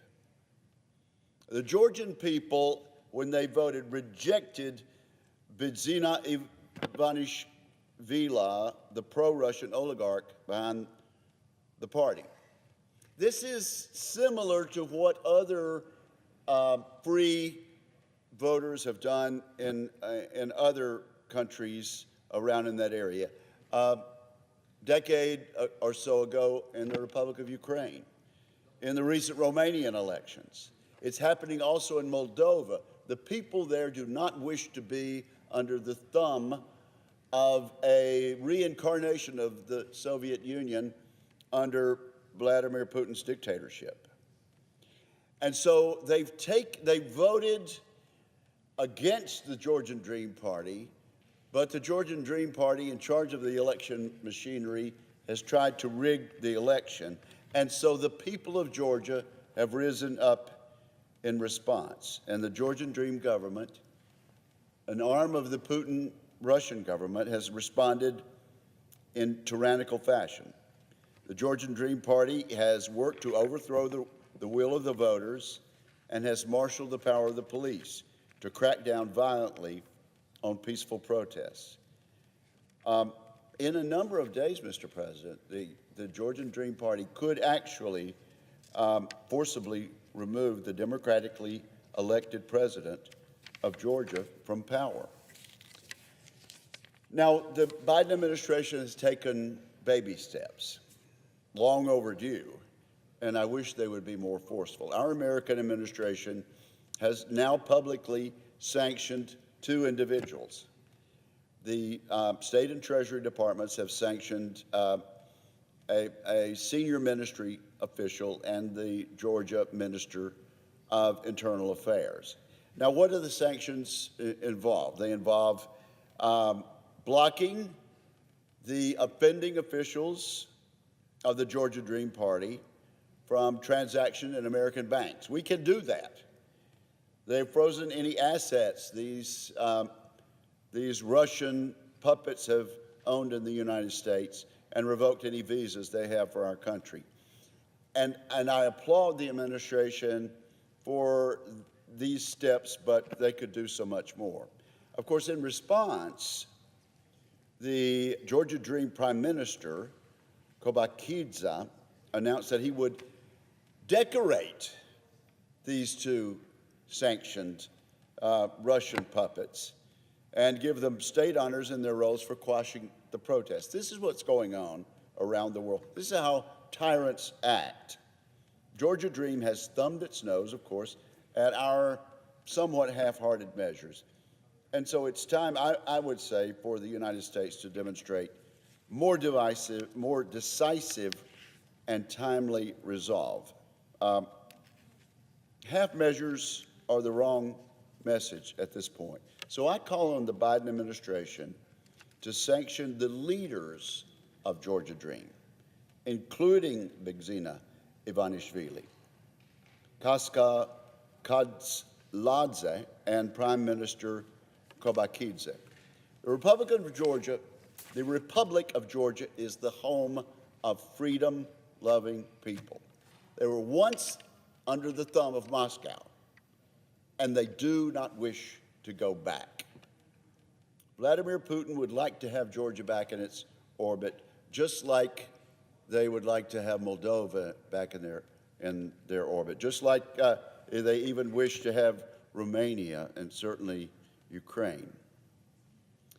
And Vladimir Putin is willing to rig elections to have his agents brutally repress the peaceful protests that are going on. I admire these Georgian freedom fighters. They strongly oppose Putin's interference, and Mr. President, we ought to stand with them. I call on the State Department and the Biden administration in the last month of office to stand tall with the freedom-loving Georgian people. We must continue our legacy of cooperation and shared democratic values with the Republic of Georgia. And I yield the floor.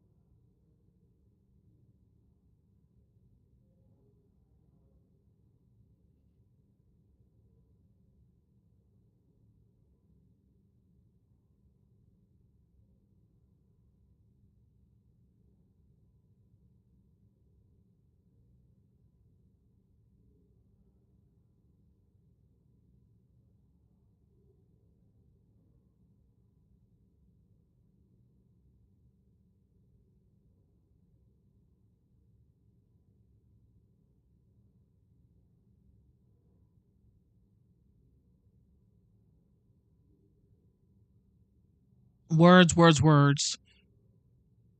That's all they say. Words, less actions. More words. More words, no action. This is what they like. Lock themselves up in a room and talk for hours. Oh, is that's Chuck Schumer? That's what Chuck Schumer has to say. 60 affirmative vote threshold for the adoption of the amendments, that upon disposition of the Crapo amendment, Senator Lee be recognized to make a budget point of order, that upon disposition of the point of order, the pending amendments and motion be withdrawn, H.R. 82 be considered read a third time, and the Senate vote on passage of the bill, with 60 affirmative votes required for passage. Following that, the disposition, following following the disposition of H.R. 82, the Senate proceed to the consideration of H.R. 10545, that there be up to 30 minutes of debate on the bill, equally divided. Let's see, 30 minutes on the equally divided, and that upon the use or yielding back of the time, the Senate vote on passage of the bill, with 60 affirmative votes required for passage and with no amendments or motions in order in the bill. Further, that following the disposition of H.R. 10545, the Senate resume executive session to consider the following nominations on block, calendars 851, 853, 854, 857, that the Senate vote on the nominations on block without intervening action or debate, that the motions to reconsider be considered made and laid upon the table, and that the President be immediately notified of the Senate's action. Following that, there be up to 2 minutes debate, equally divided prior to each vote, with all further intervening action, without further intervening action or debate. Is there objection? Without objection. I yield. Absence of a quorum? I yield the floor. Note the absence of a quorum.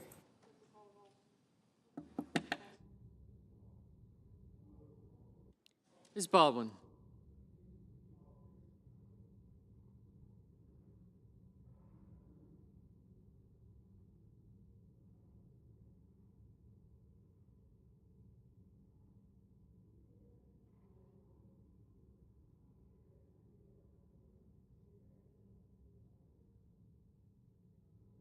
These guys are literally just scrambling around. Scrambling around. What? President.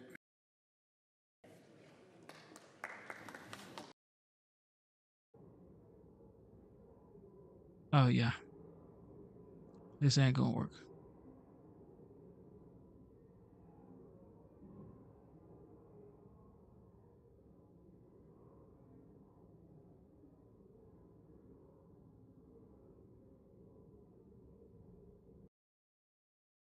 Social Security Fairness Act. Millions of retired teachers and firefighters and letter carriers and state and local workers have waited decades for this moment. No longer will public retirees see their hard-earned Social Security benefits robbed from them thanks to this bill.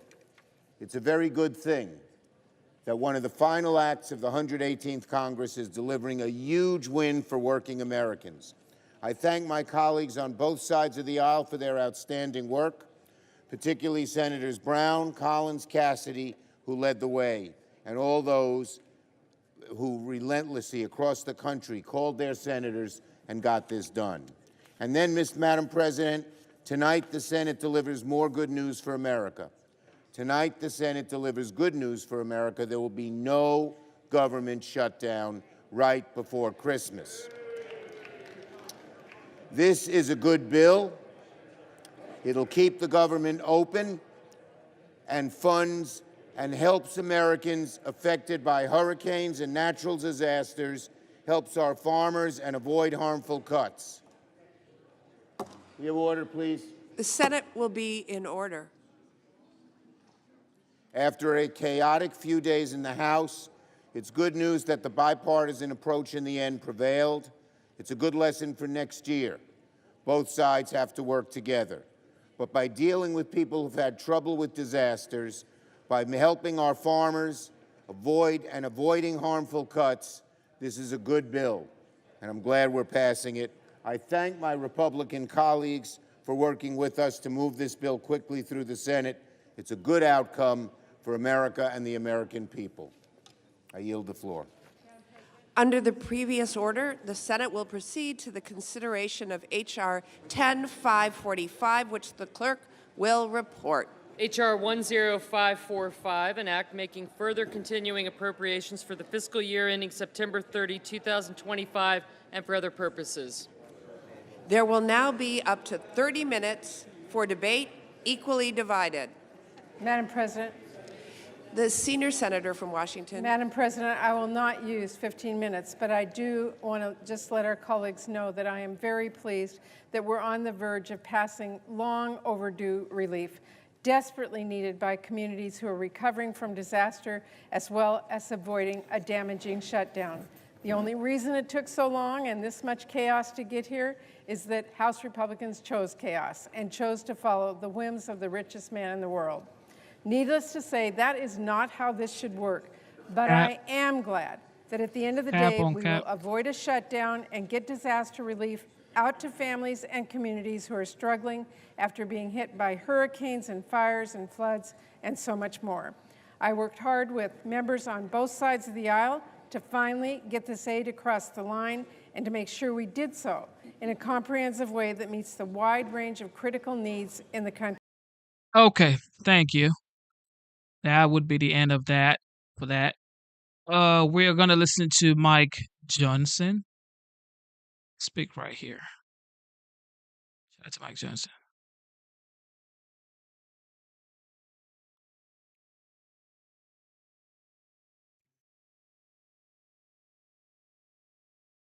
Priority for us. This is America First legislation because it allows us to be set up to deliver for the American people. In January, we will make a sea change in Washington. President Trump will return to D.C. and to the White House, and we will have Republican control of the Senate and the House. Things are going to be very different around here. This was a necessary step to bridge the gap, to put us into that moment where we can put our fingerprints on the final decisions on spending for 2025. We also, in this bill, as you know, took care of Americans who desperately needed and deserved the assistance. We had a record hurricane season.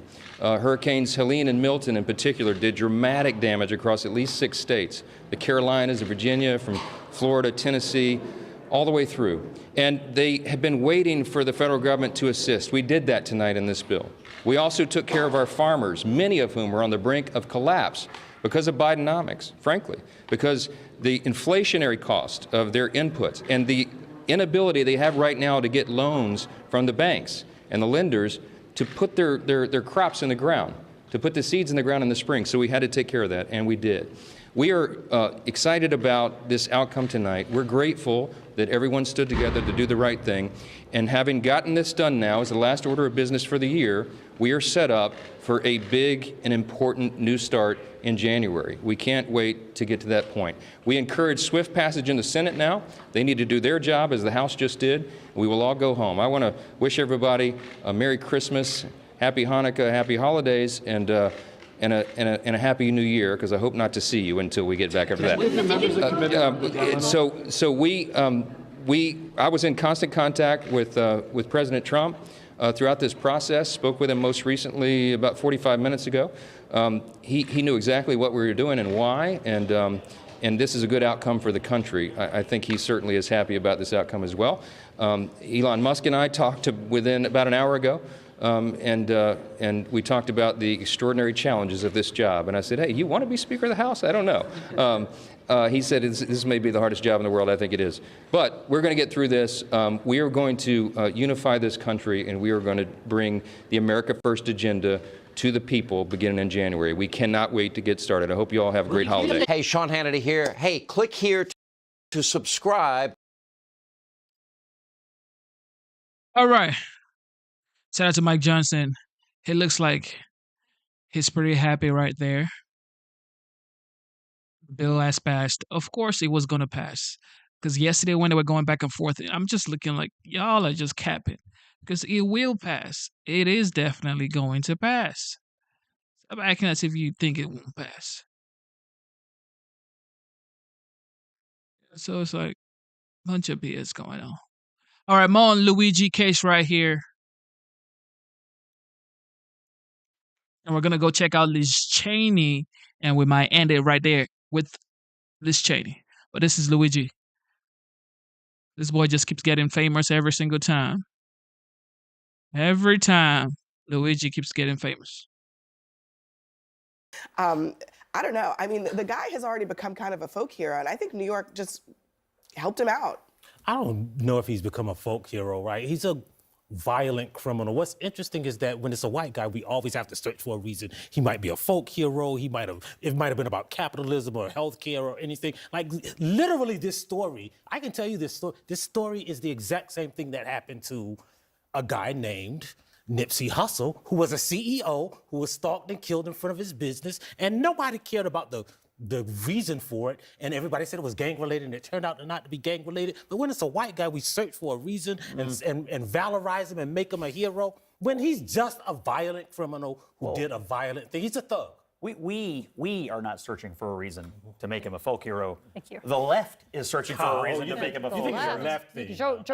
Joe Rogan thinks he's a folk hero. When I see Democratic politicians do the perfunctory, well, violence is never the answer, but you can see why people are mad. Yes, I believe people on the left, and you see it online, they are searching for a reason and want to turn this person in, and they want to into a folk hero, and they want to justify violence to change a system they don't like. And your ability to shovel right-wing junk into a funnel and make it into something that is crazy. I just want to show. It's not right wing. We are showing the signs. I mean, this was today, okay? Maybe that's a MAGA person. Does this look like a MAGA? Could be. Does this look like a MAGA rally? I haven't seen a MAGA person wearing a mask in 3 years. There's not a Oh, God. I don't know that we can really say, actually, I mean, who knows what the politics of some of these people are. But there's no question that this guy, we know his name. People are calling him on a first name basis, which is crazy. Luigi Mangione. And New York decided to create a whole cinema scene around him, almost like he's a Batman villain. I don't get it. Not enough parents The in the true home. story should be here. The absolute above and beyond Call of Duty of law enforcement to be able to track down a grainy or security video and a water bottle with a thumbprint on it and be able to track this guy down. And why are they parading him around New York like it's some sort of trophy? Like, what is this? Man, these folks right here. And in just a couple Look of at weeks, that. he's being returned back to the city that he committed this murder in. And look, anything to justify this with healthcare and everything's healthcare is broken, but I guarantee you it had nothing to do with a 50-year-old CEO who worked his tail off to get to that spot. There should never be any justification in any party, in any state, in any demographic region, we should ever excuse murder, cold-blooded murder, shooting somebody in the back. I'm 49, my kid's out there, and Dad, he's your age. He shot right in the back, right down from where we're all staying. It's crazy. On his way to a business meeting, gunned down in cold blood, shot in the back. I will say I've heard a lot of discussions about healthcare after this. Have not heard a lot of calls for gun control, which typically happens when there's an incident. We haven't heard gun control calls here or after President Trump's assassination attempts, but it is abhorrent. And we shouldn't make him into a folk hero. I mean, listen, I've seen the memes. We've all seen the memes. Some of them can be amusing, but it's almost like this is made for TV. And kind of going back to our last segment, we have prosecutors who want to make a name for themselves. We have people who just want to jump on this very high-profile case.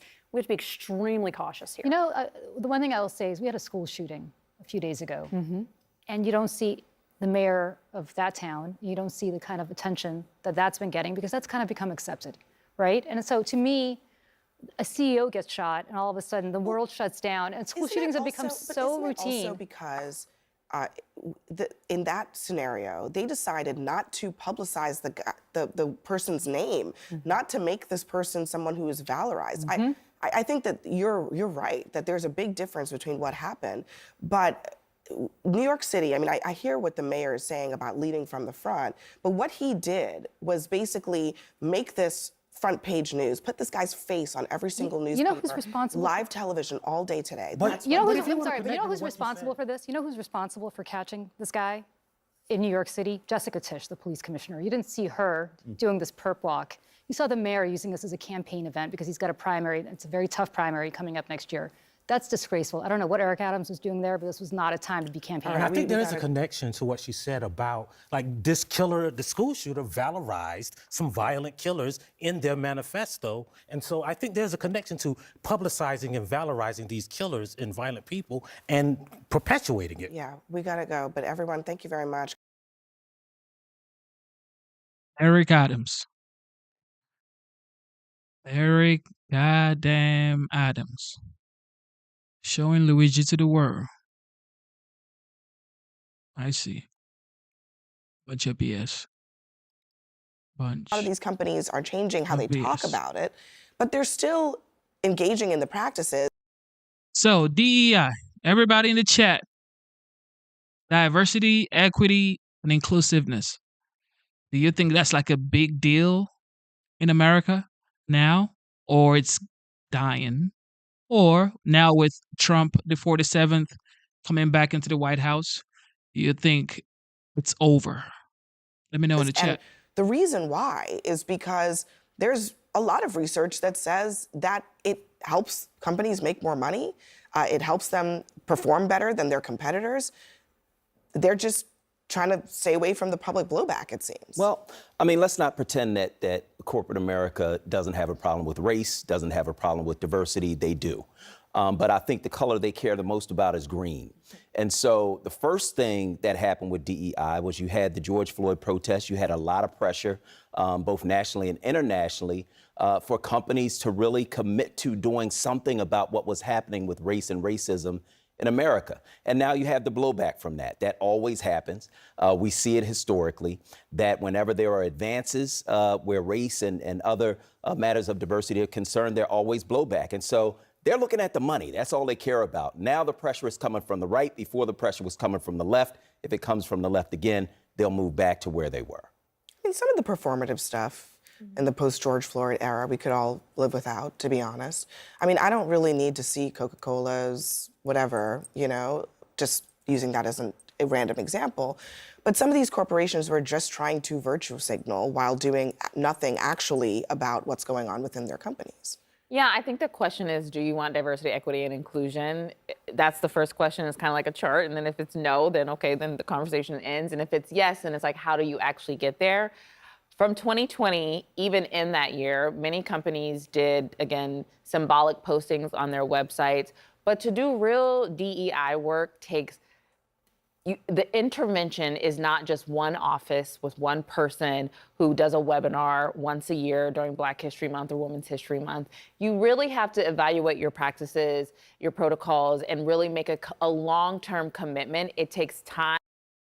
What I don't get is, why would you have Black History Month, Women History Month, or whatever, and you don't have Man History Month? If you have Black History Month, I support that you should have White History Month. It is what it is. Black History Month, White History Month. You have Hispanic Month too. So everybody gets a month, then we would start this conversation rightly. Because it's like, you cannot pander to a group of people and not expect some sort of BS. Now, when you stop pandering to that group of people, it's going to be like, well, you don't care about us. Because you are trying to get spoon-fed in the first place. I get it, history. Okay, people are going to say, well, Genesis, what do you know about history? One thing I do know is, if something bad happened to you when you were younger, you don't want to even talk about it. You don't even want to remember it. Not to now want a month where you're talking about it, celebrating it. It's just like, if if somebody faced trauma as a child, do you want to grow older and then say, you know what, I want a month to celebrate my trauma? What? That's what I see Black History Month being. What are you celebrating actually? Yeah, what are you celebrating? So if these folks are just using these months to garner some sort of, I would say, liquidation, it's like money at the end of the day. It's like, oh, this is our month, so buy stuff. It's just like Black Friday. It is what it is. It's just like Black Friday. Black Friday. That's how I see Black History Month. Hispanics still have their month, so white should get their months too. Okay, women have their months. Men should have their months, same as kids. So everybody gets a month. Kids get 1 month. Women get 1 month. Men get 1 month. White get 1 month. Black gets 1 month. Hispanic gets 1 month. That's 6 months in a year. LGBTQ gets 1 month. Straights get 1 month. Married couple gets 1 month. Divorcees gets 1 month. That's 10. Then there's no months left. Okay? Because this is where y'all taking this whole thing to. This is where you're taking it to. Everybody's trying to get a month to celebrate what? Total BS. Time to change some of the practices that were, and you have to decide you want to do it. Now, I do think the analysis may say it's not going away, but we do know after the Supreme Court affirmative action decision, beyond just higher education institutions, many corporations, many other institutions started to look at that as a signal that they could start rolling their DEI practices. And to add the cultural component on top of it, it is not as if some people of a certain political party have not even used the word DEI as a trope, as a slang, as a term of slander. And so the question is, like, what is the real intention behind your work you do with Well, DEI? I think you raise an excellent point. Actually, I know something about this because my nonprofit, Lift Our Voices, focuses on this. And I can tell you, you're absolutely right. You have a tremendous number of companies that have these great ads where they're talking about their diversity, equity, inclusion. You know what actually gets me all riled up? When I see someone who is not looking like me saying, yes, Black History Month. Sit down. Sit down. Sit down. You're trying to get some support from the community. Sit down, bro. Look at her talking about, in my nonprofit, we talk about this. What do you talk about? Okay. Work, but the work doesn't actually exist. And what they do is they silence their workers with forced arbitration and NDAs on the first day of work, which means that if you are racially discriminated against, the very same companies, and I know who they are, you're watching these commercials where they're constantly having, the African-American husband with the Asian wife, and they're talking about how, they're all about inclusion. And in reality, what they're doing is they're telling their African-American workers or their female workers or their gay or lesbian workers, keep your mouths shut because you have an arbitration clause or an NDA and you can't talk about what's going on at this company. And so, the hypocrisy I could do without. And actually, we're launching in January a corporate rating system that would be able to tell you which of these companies silence their workers. I think that is the key to making sure that you have a diverse workforce, because by doing these silencing mechanisms, they're driving out the very people they pretend to want to enfranchise, because it's people of color and women who are mostly affected by them, and they're being driven out of the workforce, out of their chosen careers, because of these silencing mechanisms. I think it is crucial to get rid of those. Ashley also mentioned higher education. I mean, we did get some signals about what's been going on. So shut down Coca-Cola, shut down all the companies really making everybody's life go on. Because if there's no Coca-Cola, like y'all pronounce, Coca-Cola, a lot of people would not have a good day without Coca-Cola. Going on in higher education at Harvard, Harvard Law, they saw a huge decline in Black and Hispanic students. They enrolled 19 first-year Black students, 3% of the class, the lowest number since the 1960s. The school also saw a steep decline for Hispanic students, just 39 students, a fall from 63 back in 2023. So there's been a clear decline as a result of, this is the affirmative action ruling from the Supreme Court. I mean, I think some universities were using these policies to discriminate against Asian students and other kinds of students. So, pick your discrimination. Who do you want to be discriminated against. Wouldn't the fair way to do it would be to say, we're going to look at everybody's test scores, we're going to look at everybody's applications, and we're going to do it agnostic of race, and we're going to let the most talented and the most accomplished students come to our universities. You mentioned the Supreme Court ruling, by the way, on affirmative action, which I do believe was a seminal moment because it reminded me when it happened that a vast majority of Americans do not want affirmative action. They do not believe in these forced racial preferences. And even a majority of African Americans agreed with the ruling at the time. And so when some people, often accuse Republicans are on the right, but I think a lot of Americans all across the spectrum look at this and say, I want to rise and fall based on my own talent and my own hard work. I don't want to rise and fall based on the pressures being put on me by people who don't know how much work I'm putting in. Well, let's talk about fairness, because I think when you talk about fairness in education and bringing people in. This is what I always say. I do not want to be seen as a victim ever, never in this world.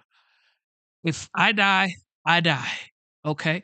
But I don't want to be seen as a victim, because victimization mindset it makes me angry, because you have an opportunity to make something of your life. You are here now. You can make something out of something, or something out of nothing, or you can work your butt off every day. You see, people work 6 hours a day, and that's good. If you're trying to be a dream chaser, you would have to work more. Okay, Elon Musk, who happens to be the wealthiest human being financially ever to exist, this man said he was working 18 hours a day. There are 24 hours in a day, guys. So 19, 20, 21, 22, 23, 24. So that's 6 hours left in a day. He has to eat, he has to shower, he has to do other stuff, he has to relax, sleep. He works 18 hours a day. So if a man like that, who is known to the world as one of the greatest innovator of our time, is working 18 hours a day, who the fuck am I? Who am I that would complain about opportunity when I'm actually not working 18 hours a day? Before you start complaining, you have to put in the work for years. Apply yourself, stop complaining, do your due diligence, improve on your craft every day. Just every day. All right, don't do 18 hours a day, do 10 hours a day. You would be so surprised how hard 10 hours a day of pure work is. Like, I'm saying work. I'm saying we're chilling. I'm saying work for 10 hours straight. You would be surprised how hard it is. So when people say diversity, equity, inclusion, or whatever it is, you want to be judged by, oh, I come from this race, I'm part of this ethnicity. No, what about your talent? What about your work ethic? What about your energy?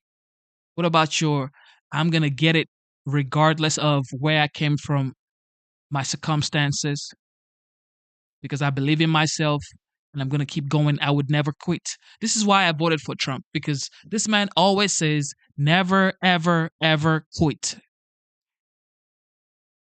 That's just something I love to hear. When people say never quit, it makes me happy, because it's like, you know what it takes to be successful.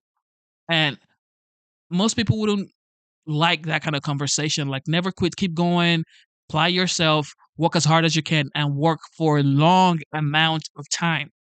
Long work sessions. That's what makes success.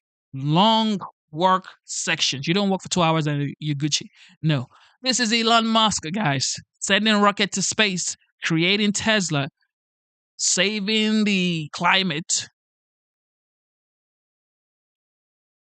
working 18 hours a day. So I don't want to hear nobody who working 6, 8 hours a day talking about, I'm not getting my fair shot. You better be working 10 to 15 hours a day at least. According to their grades and according to their test scores. First, you have to fairly fund the schools that they come from. In Pennsylvania, we just had a ruling that said that our schools are unfairly funded according to poverty, right? And so it's not just race, it's poverty as well. And so there are some white school districts that aren't getting the money that they're supposed to get. There are some black school districts that aren't getting the money that they're supposed to get. And I'm defining them that way because our schools are still segregated. Even after Brown versus the Board of Education. Separate is not equal. I was just reading a headline from the New York Times today about a lawsuit against a bunch of elite schools. Also, wait, are the schools still separated or segregated? Isn't it by the zip code that you live? If you live in a zip code, you could go to any school you want in that zip code. Isn't that what it is? Are schools still actually segregated? I don't believe Georgetown, Penn, and MIT. I gotta look that up. And guess what the preferences are? For people whose mommies and daddies have a lot of money and they just got a ticket into the school. I just don't get, where's the outrage about that? That's been going on in this country for hundreds of years. Well, I don't agree with that either. That has been going on in the world forever. Joe Biden just pardoned Hunter Biden. Joe Biden just pardoned Hunter Biden. What do you think it is?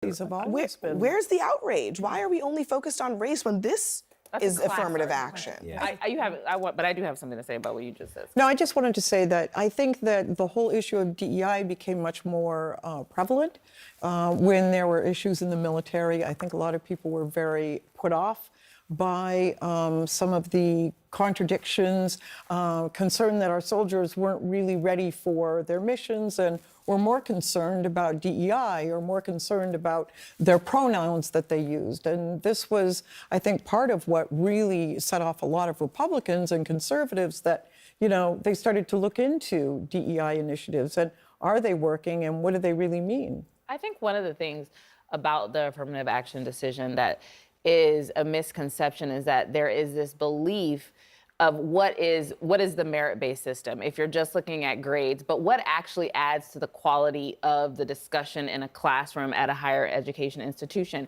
Diversity of lifestyle also is something that you don't want everyone to come from the same walk of life. You don't want everyone to have the same ideology. That is not the rigor of, but I also And you may will also say, not want them to have the same test scores, that's too. right. But I also will say, I understand when the decision, I don't know the source that you quoted, but we do know in affirmative action that white women have actually been the biggest beneficiaries of affirmative action.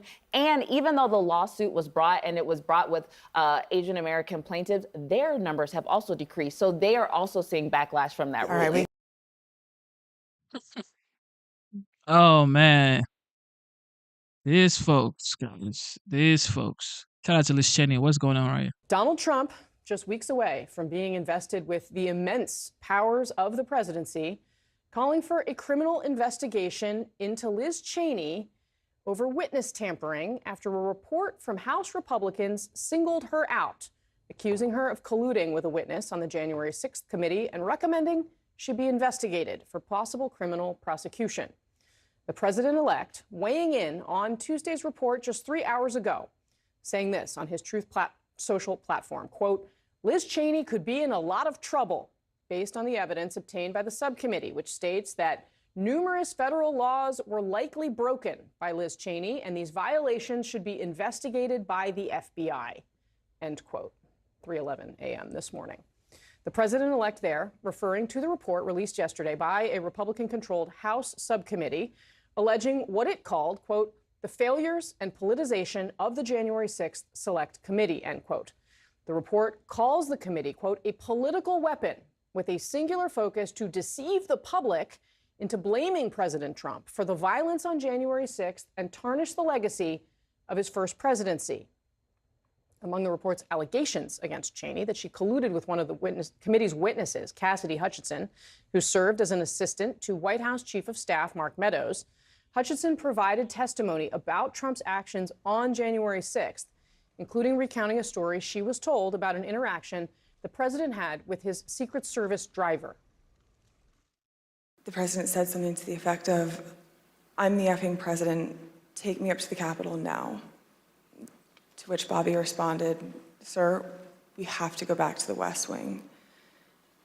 The president reached up towards the front of the vehicle to grab at the steering wheel. Mr. Engel grabbed his arm, said, sir, you need to take your hand off the steering wheel. We're going back to the West Wing. We're not going to the Capitol. Mr. Trump then used his free hand to lunge towards Bobby Engel. In a lengthy statement, Cheney. Oh, man. So Trump, at the time, was about what? 60, in his in his early, like towards his mid 70s.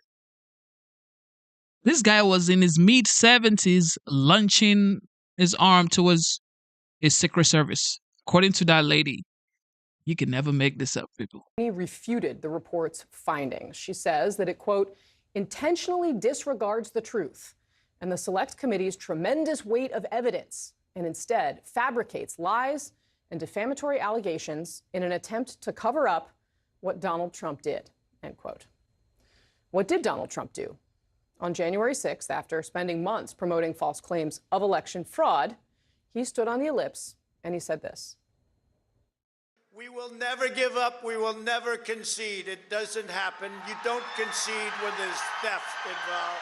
All Vice President Pence has to do is send it back to the states to recertify. And we become president, and you are the happiest people. And we fight. We fight like hell. And if you don't fight like hell, you're not going to have a country anymore. In the hours after those remarks, this violent mob stormed the Capitol in an attempt to prevent the certification of Trump's defeat. Some rioters chanting, "Hang Mike Pence," Trump's own vice president at the time, because Pence refused to violate his oath of office.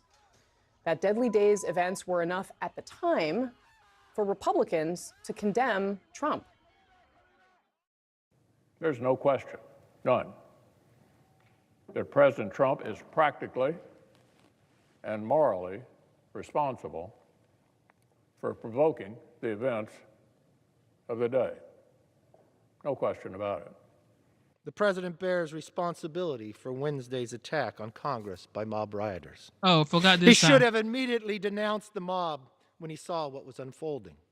All I can say is count me out. Enough is enough.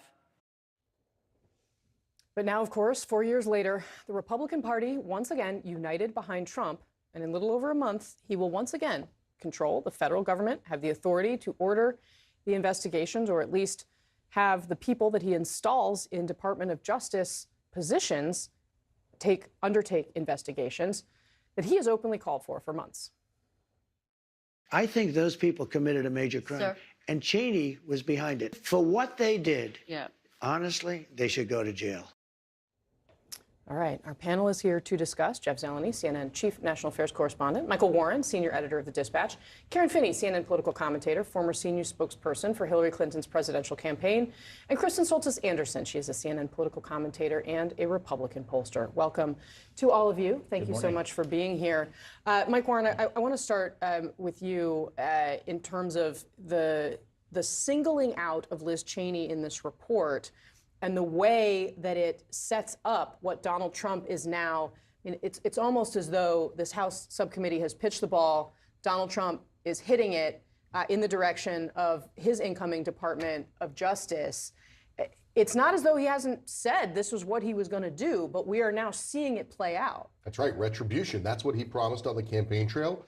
He was elected. He was elected overwhelmingly. If you look at the Electoral College, he's going to get his retribution, I believe. And, should we be surprised that the House Republican Conference is sort of is working, hand in glove with the incoming president on this? This is what the party has been saying they want to do. It's what Trump has been saying he wants to do. So now we're going to see it. And I think that is what makes, we all know how, the expected nomination of Kash Patel, I guess it's maybe now official, to run the FBI, how this was going to be, really a sort of a culmination of that promise of retribution. That's the thing that a lot of, even I've talked to people who are Republicans who are concerned about Kash Patel and the amount of power he would have been trying to convey to Republican senators. Hey, listen, this guy is different. This guy really will do what Donald Trump says he wants to do at the FBI. And that message has been sort of falling on deaf ears. You've seen Kash Patel get a good reception on Capitol Hill from Republican senators. This is a concern that a lot of people have, and I think it's just going to happen. Let's take a look at some of the things Kash Patel has said about Liz Cheney. This was back in March of this year, March 11th. Let's watch. I think they not only knew, but the political monsters like Pelosi, Cheney, Kinzinger, Schiff, et al. Wanted that political narrative, which was insurrection. It failed in court, and now it is failing in the court of public opinion because the truth has finally come out that the January 6th committee buried evidence that corroborates what we've been saying for 3 years. Jeff Zeleny, what are you hearing from sources when you talk to them about? I mean, this Liz Cheney used to be one of their own. She was in the leadership of the House Republican Conference. Is this something where, are any House Republicans or Senate or other Republicans you talk to expressing concern about what might happen here? Look, I mean, it's been a while since she's been one of their own. You're right. I mean, but time moves quickly here, and now she certainly is not. I mean, what this sort of is another reminder is that there is a sense of litigation in the air. We're seeing it with the president-elect. That is one of his big focuses. We saw it yesterday with his suit against the Des Moines Register and their pollster. 311 this morning, as you pointed out, talking about Liz Cheney. So that is the mindset of the president-elect. But I think overall, a lot of Senate Republicans, House Republicans are really wondering what the balance of forward-looking policy from this White House is going to be versus backward-looking retribution. And we don't know. I mean, but there is a sense that the president-elect has a great opportunity here to do things on immigration and the economy and other matters, but he is not as focused on that. So that's the worry I pick up from some Senate Republicans in particular. But I mean, to Mike's point, they are making it pretty easy for him by confirming or likely confirming, if they confirm these nominees, including Kash Patel. Yeah. Kristen, is this where you think Trump, not necessarily Trump's core supporters, and we know his MAGA base often believes a lot of this and would support it, but the reason he won the election is because a lot of people that had voted for Democrats in the past or had, were on the fence or kind of in the middle, who are unhappy about the economy, decided they didn't want to vote for Democrats. They wanted change. Are those people going to see this and support it? I mean, or is he risking some of that? I mean, he clearly feels he has a political mandate. Is he risking that strength by going down this road? Yeah, it was very clear that Donald Trump ran saying, I'm going to get retribution. I don't think you can say that this is a switcheroo in any way. I can't watch this anymore. These people are just liars. Yeah. All right. With that being said, you guys are the best. Liz Cheney, face the music if it happens. And if you're free, if you're innocent, you shouldn't have anything to worry about. Just like the OG, the 47th president-elect, had to go through it, had to pay lawyers, had to go to court, had to face all that humiliation. So if you're not guilty, then you shouldn't be afraid of anything. So just relax, calm down. It's just your turn. Face the music, and it is what it is. Thank you for tuning in to the live show. You know what time it is. Instead of looking for perfection, seek for consistency. Never give up on yourself. Never give up on your dreams. Never give up on God. Believe in yourself, believe in your dreams, and believe in God. Yes, y'all. We have come to the end of the live show.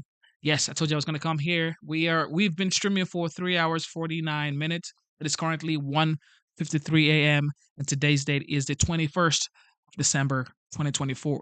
4 days to Christmas. The year's coming to an end, everybody. I hope you have your 2025 planned out. And if you haven't, it's okay. It's okay. Relax. It ain't all that. Don't be trying to kill yourself. Okay, just relax. Breathe.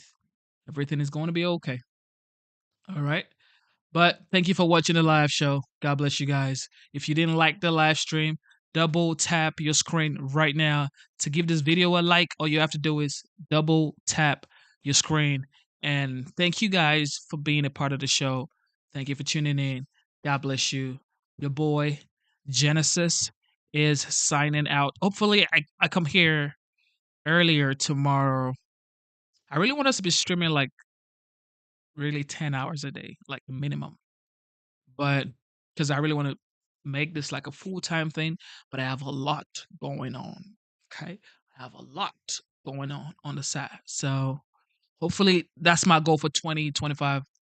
And yeah. All right, ladies and gentlemen, have a wonderful day. God bless you. Mr. Booski, God bless you. K Gamer, God bless you. Zimmer, Prince of Amsterdam, God bless you. Have a wonderful day. Everybody, Cliff C, Debbie, God bless you. Have a wonderful, wonderful night. And Merry Christmas to you guys.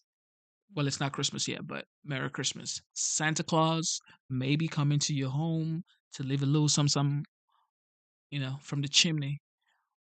And yeah.